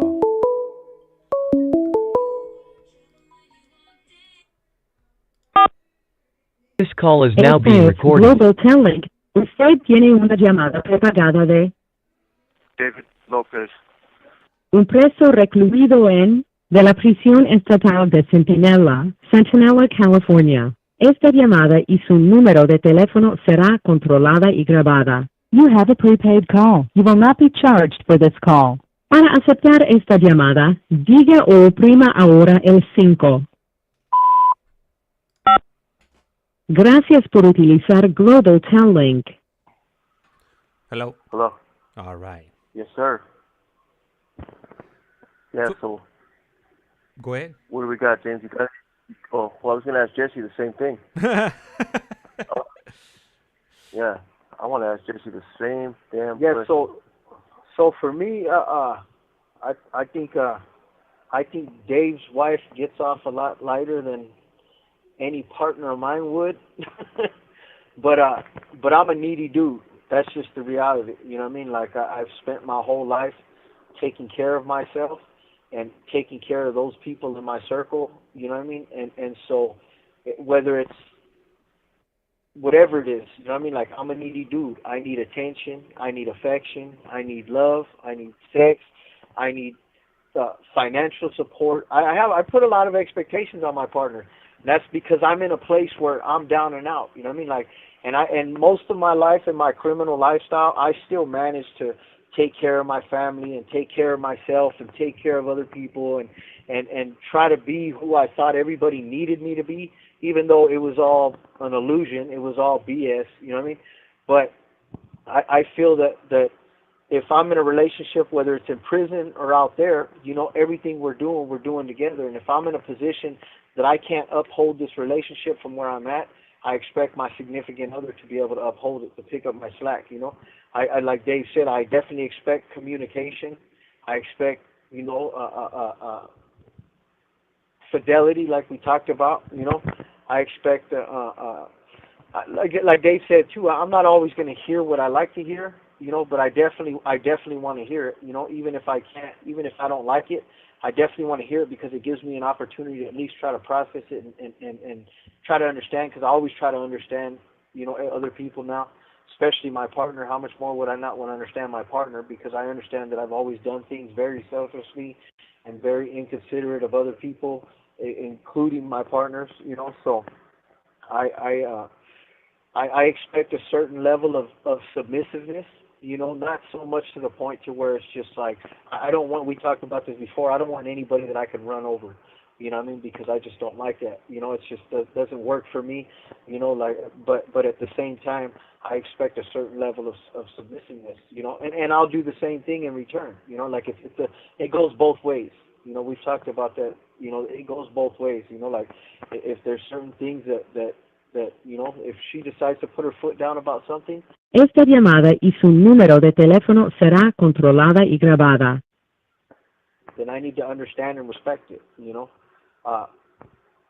You know, I would expect, let's see, I think you said it with the communication. That's one of the biggest things that I've learned about a healthy relationship today, you know, and I've learned, you know, sometimes, like I said, it's hard to trust people and being in fear of vulnerability. It hinders my ability to communicate sometimes what I'm thinking or what I'm feeling out of fear of vulnerability, you know. And I know that as I grow in my recovery and I grow as the man I'm becoming today, that I'm learning to process that and communicate things a little better. So I definitely expect that, you know, I expect some understanding, because anybody that's in a relationship with me has to understand where I'm coming from and where I'm going, you know what I mean? So I want them to know that, you know what I mean, if some of the things I do aren't always completely intentional, you know what I mean? They come from a different place, and those are things that I'm working on. So I expect a little bit of understanding for sure. What do they expect from me, you know? That's a good question. You know, I think that because I put so much expectations on my partner that I would like to think that they expect the same thing from me. You know, I'm in a place today where I don't believe that I ask anything of my partner that they can't ask of me. You know what I'm saying? Like, I understand that I'm not in a place to take care. I'm in, you know, I'm in a case to financially support my partner, or you know, take care of my kids or do things like that, because I don't involve myself in criminal activity anymore.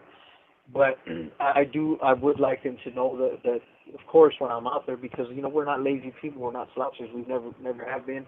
And so as far as that aspect, you know, but as far as like developing trust and developing communication and maintaining the integrity of our relationship and boundaries and stuff like that, anything that I'm asking of them, I believe that they should know that they can ask of me.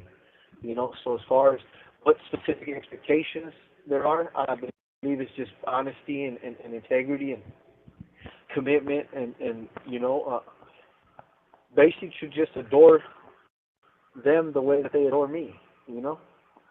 and I hope that that's that I'm able to fulfill my obligations as a partner. I like to believe that I'm becoming the best version of myself. And so I like to think that's a shoe that I can wear. Today. I don't think I know I can be aggressive and kind of rude and arrogant sometimes, and I think that they expect me to kind of like turn that shit down a little bit, and those are things that I'm working on, because I'm so used to talking to people in here the way that we do and the way we have for so long, that humility, it's a fine line between, humility and toxic masculinity, Sure. And so for us, because of the life we live, and so I think that's, for me, that's pretty much it. I know I probably didn't rattle everything off because, like I said, I'm a needy ass dude. I need a lot of attention. I need a lot of everything, and I need it. I have no problem giving it. I was worried that there wasn't enough time on the phone for all you my to needs. rattle off this list. Yeah, I mean, yeah, for sure. You know me. Yeah. You know me. So. It's like this environment, us getting raised in this environment, being in here for so long, it's straight. The problem is that we inject a lot of prison mentality into our relationships, and that's the problem, and that's what we have to learn to separate. But not all of it's bad. I've learned a lot in this place. This place, I grew up in here, and this place, I became a man in here. I came in here a little kid. I was acting like a little kid way longer than I should have been. But, when I grew up and I actually matured, I learned a lot. I learned a lot of lessons that I don't think I would have learned out there. Yeah. To be honest with you. Yeah. Unfortunately, this place did a lot of good for me personally, but it's very sad that what took place for me to actually come to prison for this sentence. I killed somebody. A man had to lose his life. A guy had to lose his life because I was immature. I was an immature person. Yeah. And I matured with my sentence. And it's very frustrating sometimes. Esta llamada y su número de teléfono será controlada y grabada. It's very frustrating sometimes because now that I'm a matured adult, I look back on a lot of the decisions that I had made, and all I do is just see a child throwing a temper tantrum. And a lot of the fights that I got into, even with my own wife, in the past, before I came in, and I think, damn, where did I think that I would that was good? That was a good decision. Yeah. There's nothing reasonable about that thought process. Even the arrogance about the things that I was doing and the way that I portrayed myself, the way that I behaved in past relationships. Where did I think that was okay? It wasn't. It was completely unreasonable, and I learned that in here. And now that I know these things, it's very frustrating because now I feel and I know that I can live a good life out there. I could be successful in society. I can work. I can hold down a job. I can stay sober. I can avoid committing violence. I can listen to reason. I can allow to ask for help, and I can be vulnerable with somebody. And I know all that now. Too little, too late? Not necessarily, but in a lot of aspects, what was done is done. The guy's dead. The guy's gone. This family will be forever changed because of my actions. And I can't ever forget that. I'm in prison for a reason. I reached rock bottom, the rock bottom of rock bottoms. And I'm not there anymore. And I have to live my life. I have to live my life in good orderly direction. I have to live my life just like I would out there in society. We see stuff. I heard today that I had heard from my mom at a visit, and she was surprised that I thought drugs all over prison. They're here. They're around. I stay sober by choice. I choose to be sober. I choose to stay away. I choose not to harm people. And yes, I get upset. I don't get triggered to use drugs anymore. That's been gone for a while. But I'm not blind to the fact that, hey, I had a serious drug addiction. And if I'm not careful, I could start repeating some of the same behavior that led me into active using before. It happened before. Why wouldn't it happen, why, just because I'm smart and I'm a college student? No. I wasn't aware of the things that were affecting me, and now I am. It led to your drug addiction. Yep, I can't lose sight of that. And that goes to my relationship as well. I know what made me such a terrible other half, I guess, or what would you say, like, because I've never been a significant other? Yeah, a terrible significant other in the past. I was doing terrible things. I was making terrible decisions. Why wouldn't I? How are you going to have an awesome relationship with a terrible person? Yeah. Well, it's not, yeah, it's just 100%. It's not rocket science, right? No. E equals MC squared?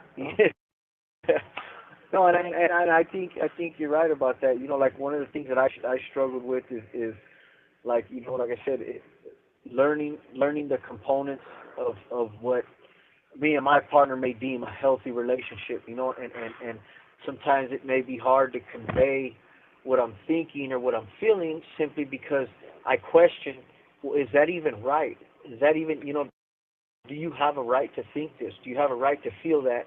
Because it connects to something in the subconscious or something in the past.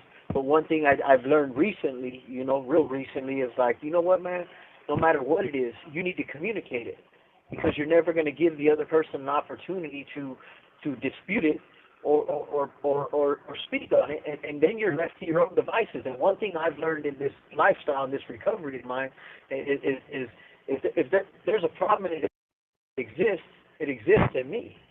Like my best thinking has gotten me to where I'm at today. So maybe I shouldn't sit there and just rely on what's going on in my own mind. Maybe I need to share what I'm thinking and I'm feeling with my partner and give them an opportunity to dispute it. So next time, faced with the same kind of situations, I may not go to that old tape or that old reel, and start to feel or think things that are not necessary.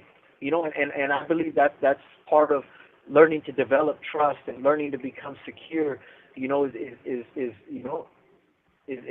communicating,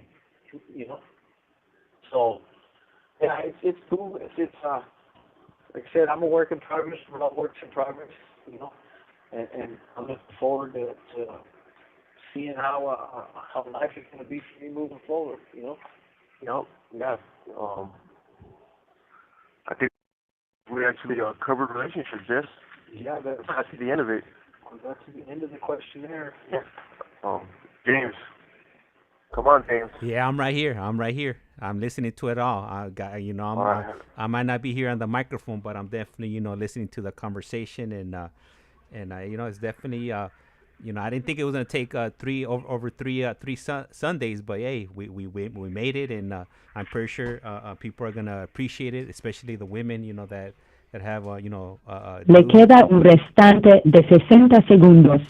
Dudes, that are locked up, and it'll shed some light on any questions they have, possibly. So, hopefully it's. Yeah, we have it's gonna cut off right now. You want to do one more, Vince? Yeah, let's shoot it. Yeah, we might as well make it 2 hours. All right, we'll do one more. All right. All right. So after this call right now, after this one connects, this is gonna be our last one, and then I do have some other upcoming calls.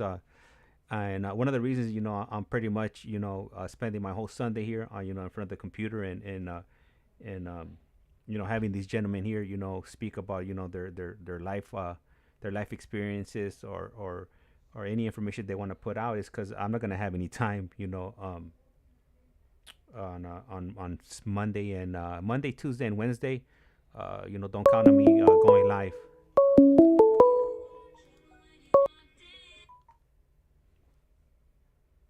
Esta es Global Talent. Usted tiene una llamada This call is now being recorded. David, no finish.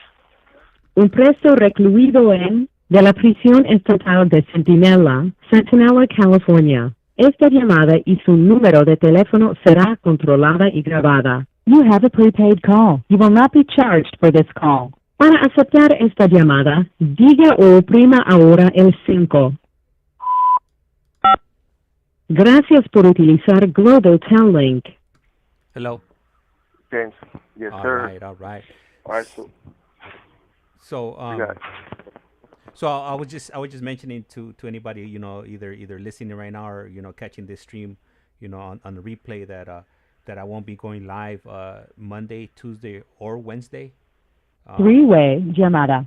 The next 2 days I'm gonna be working, and then Wednesday I already have some plans. So, and those plans don't include, you know, being on a live. So, that's why, you know, I've been at it all day, you know, today pretty much since, you know, I got up. You know, I've been doing phone calls, you know, back to back, and you know, just trying to, you know, cover those gaps that I won't be here with or be here on. But yeah. You know, I really... Yeah, the listeners are very upset, and so am I. We're furious, James. Hey, Jeff's beside himself.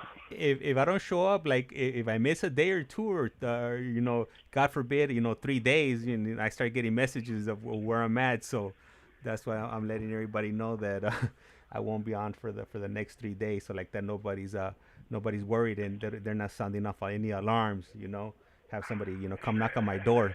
To check, make sure I'm okay. So, knock on my door. That's cool. Yep. They got all three company with it. Yep, that's it. Yeah. But now you know what? At the end of the day, James. Oh yeah, I got a question. I need clarification. Right on one of the comments. Right. Yeah. And ICEMAN said you're a trophy husband. He left it vague. I want to know, James, are you the trophy husband? Because I believe I'm the trophy husband. Was that was that on last week's stream? Yes. Okay, well, hopefully yes, it was. ICEMAN, hopefully he's in here, so you can go ahead and you know, type that up and, you know, clarify on that right there for David. Yeah, I'm not. Yeah, I'll be very upset if it's not me. No, I'm kidding.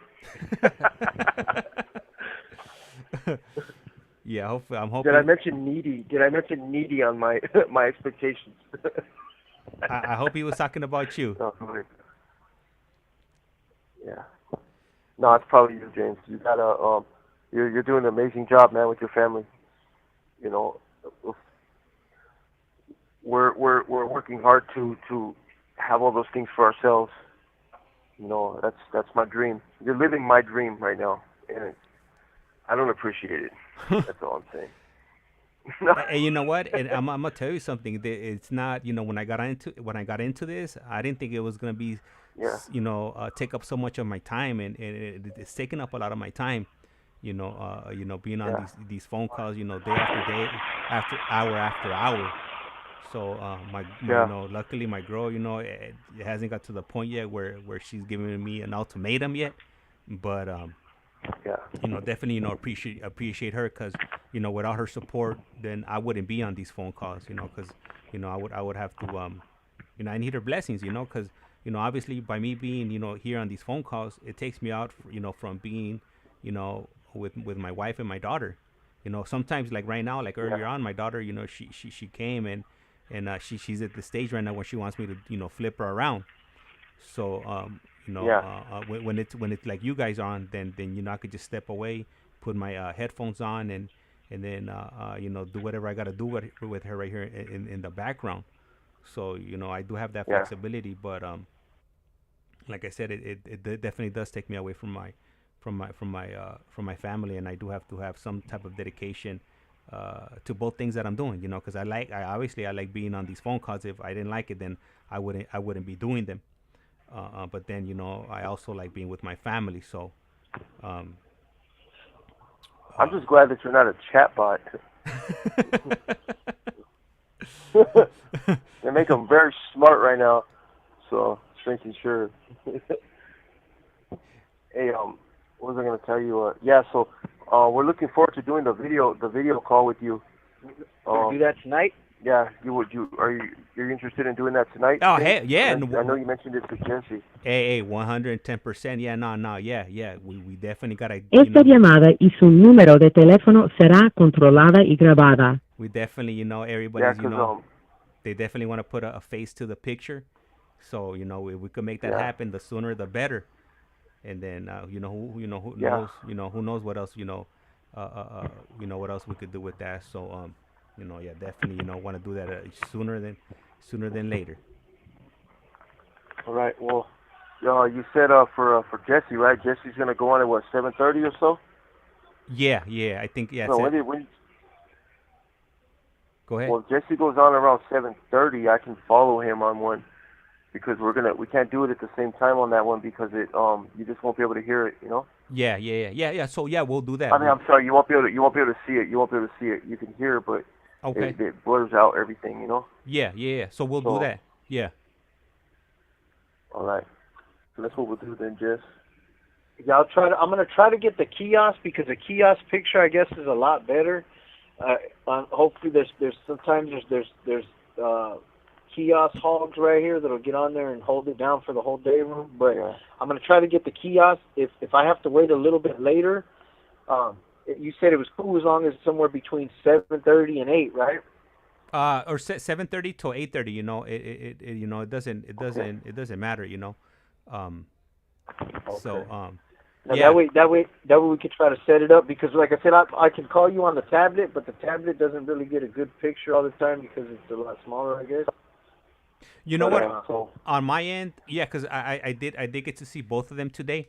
I did get to see the tablet and the kiosk, and to me personally, I like the way that the picture looks on the tablet, because it's a little bit bigger.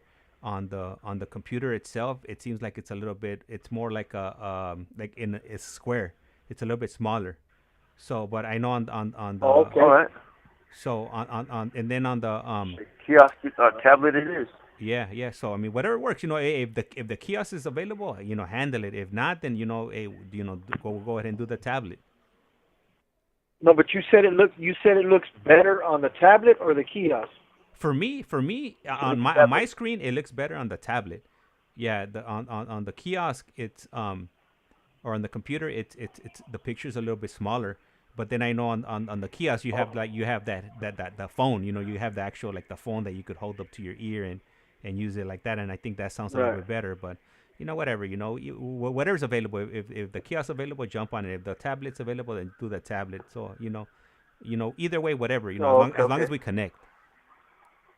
Yeah, no, I was just saying that because I've had people tell me like, oh, I can see you better when you're on the kiosk, so I just figured that. But if it sees better on your side on the tablet, then we can go on the tablet. It doesn't. I just wanted to make sure that you get the best visual, Yeah. That's what'll work then. Yeah, at this point, whatever works, it doesn't. Whatever's available, pretty much, we could go ahead and do it like that. Cool. Yeah. Oh. Wrapping up this. Go ahead. No, it's funny because LastChanceHomie put get the tape, but he's talking about Javier. Javier was telling us last time how he does a prison facelifts, and I told him he definitely has to do a demonstration for us over here. Gary's. So yep. I'm about to send a text message. I'm gonna tell him to bring the tape. I have to bring the tape for sure. Yeah, get a tape. Definitely get a facelift. Yep. Yeah. So, hey, long story short, right? Just to conclude this relationship topic, just to bring it back real quick, just Dave's final thought, I guess. Look, relationships in prison are very, very possible, and there's amazing people in here, but be careful. That's all I gotta say. You have to don't just jump into things without doing your homework and knowing who you're messing with. Period. Like I said, there's some amazing people in here. I've met some dudes in here, man, that I believe will be my friends for life. And these dudes are righteous motherfuckers. These dudes are straight. And I've met some scumbags. Just like you would take caution out there, out in society, take caution with people that you deal with in here. And that's what it is. Don't be too hindered down by stigma. you never know what you're gonna get, man. There's a lot of diamonds in the rough in here, you know.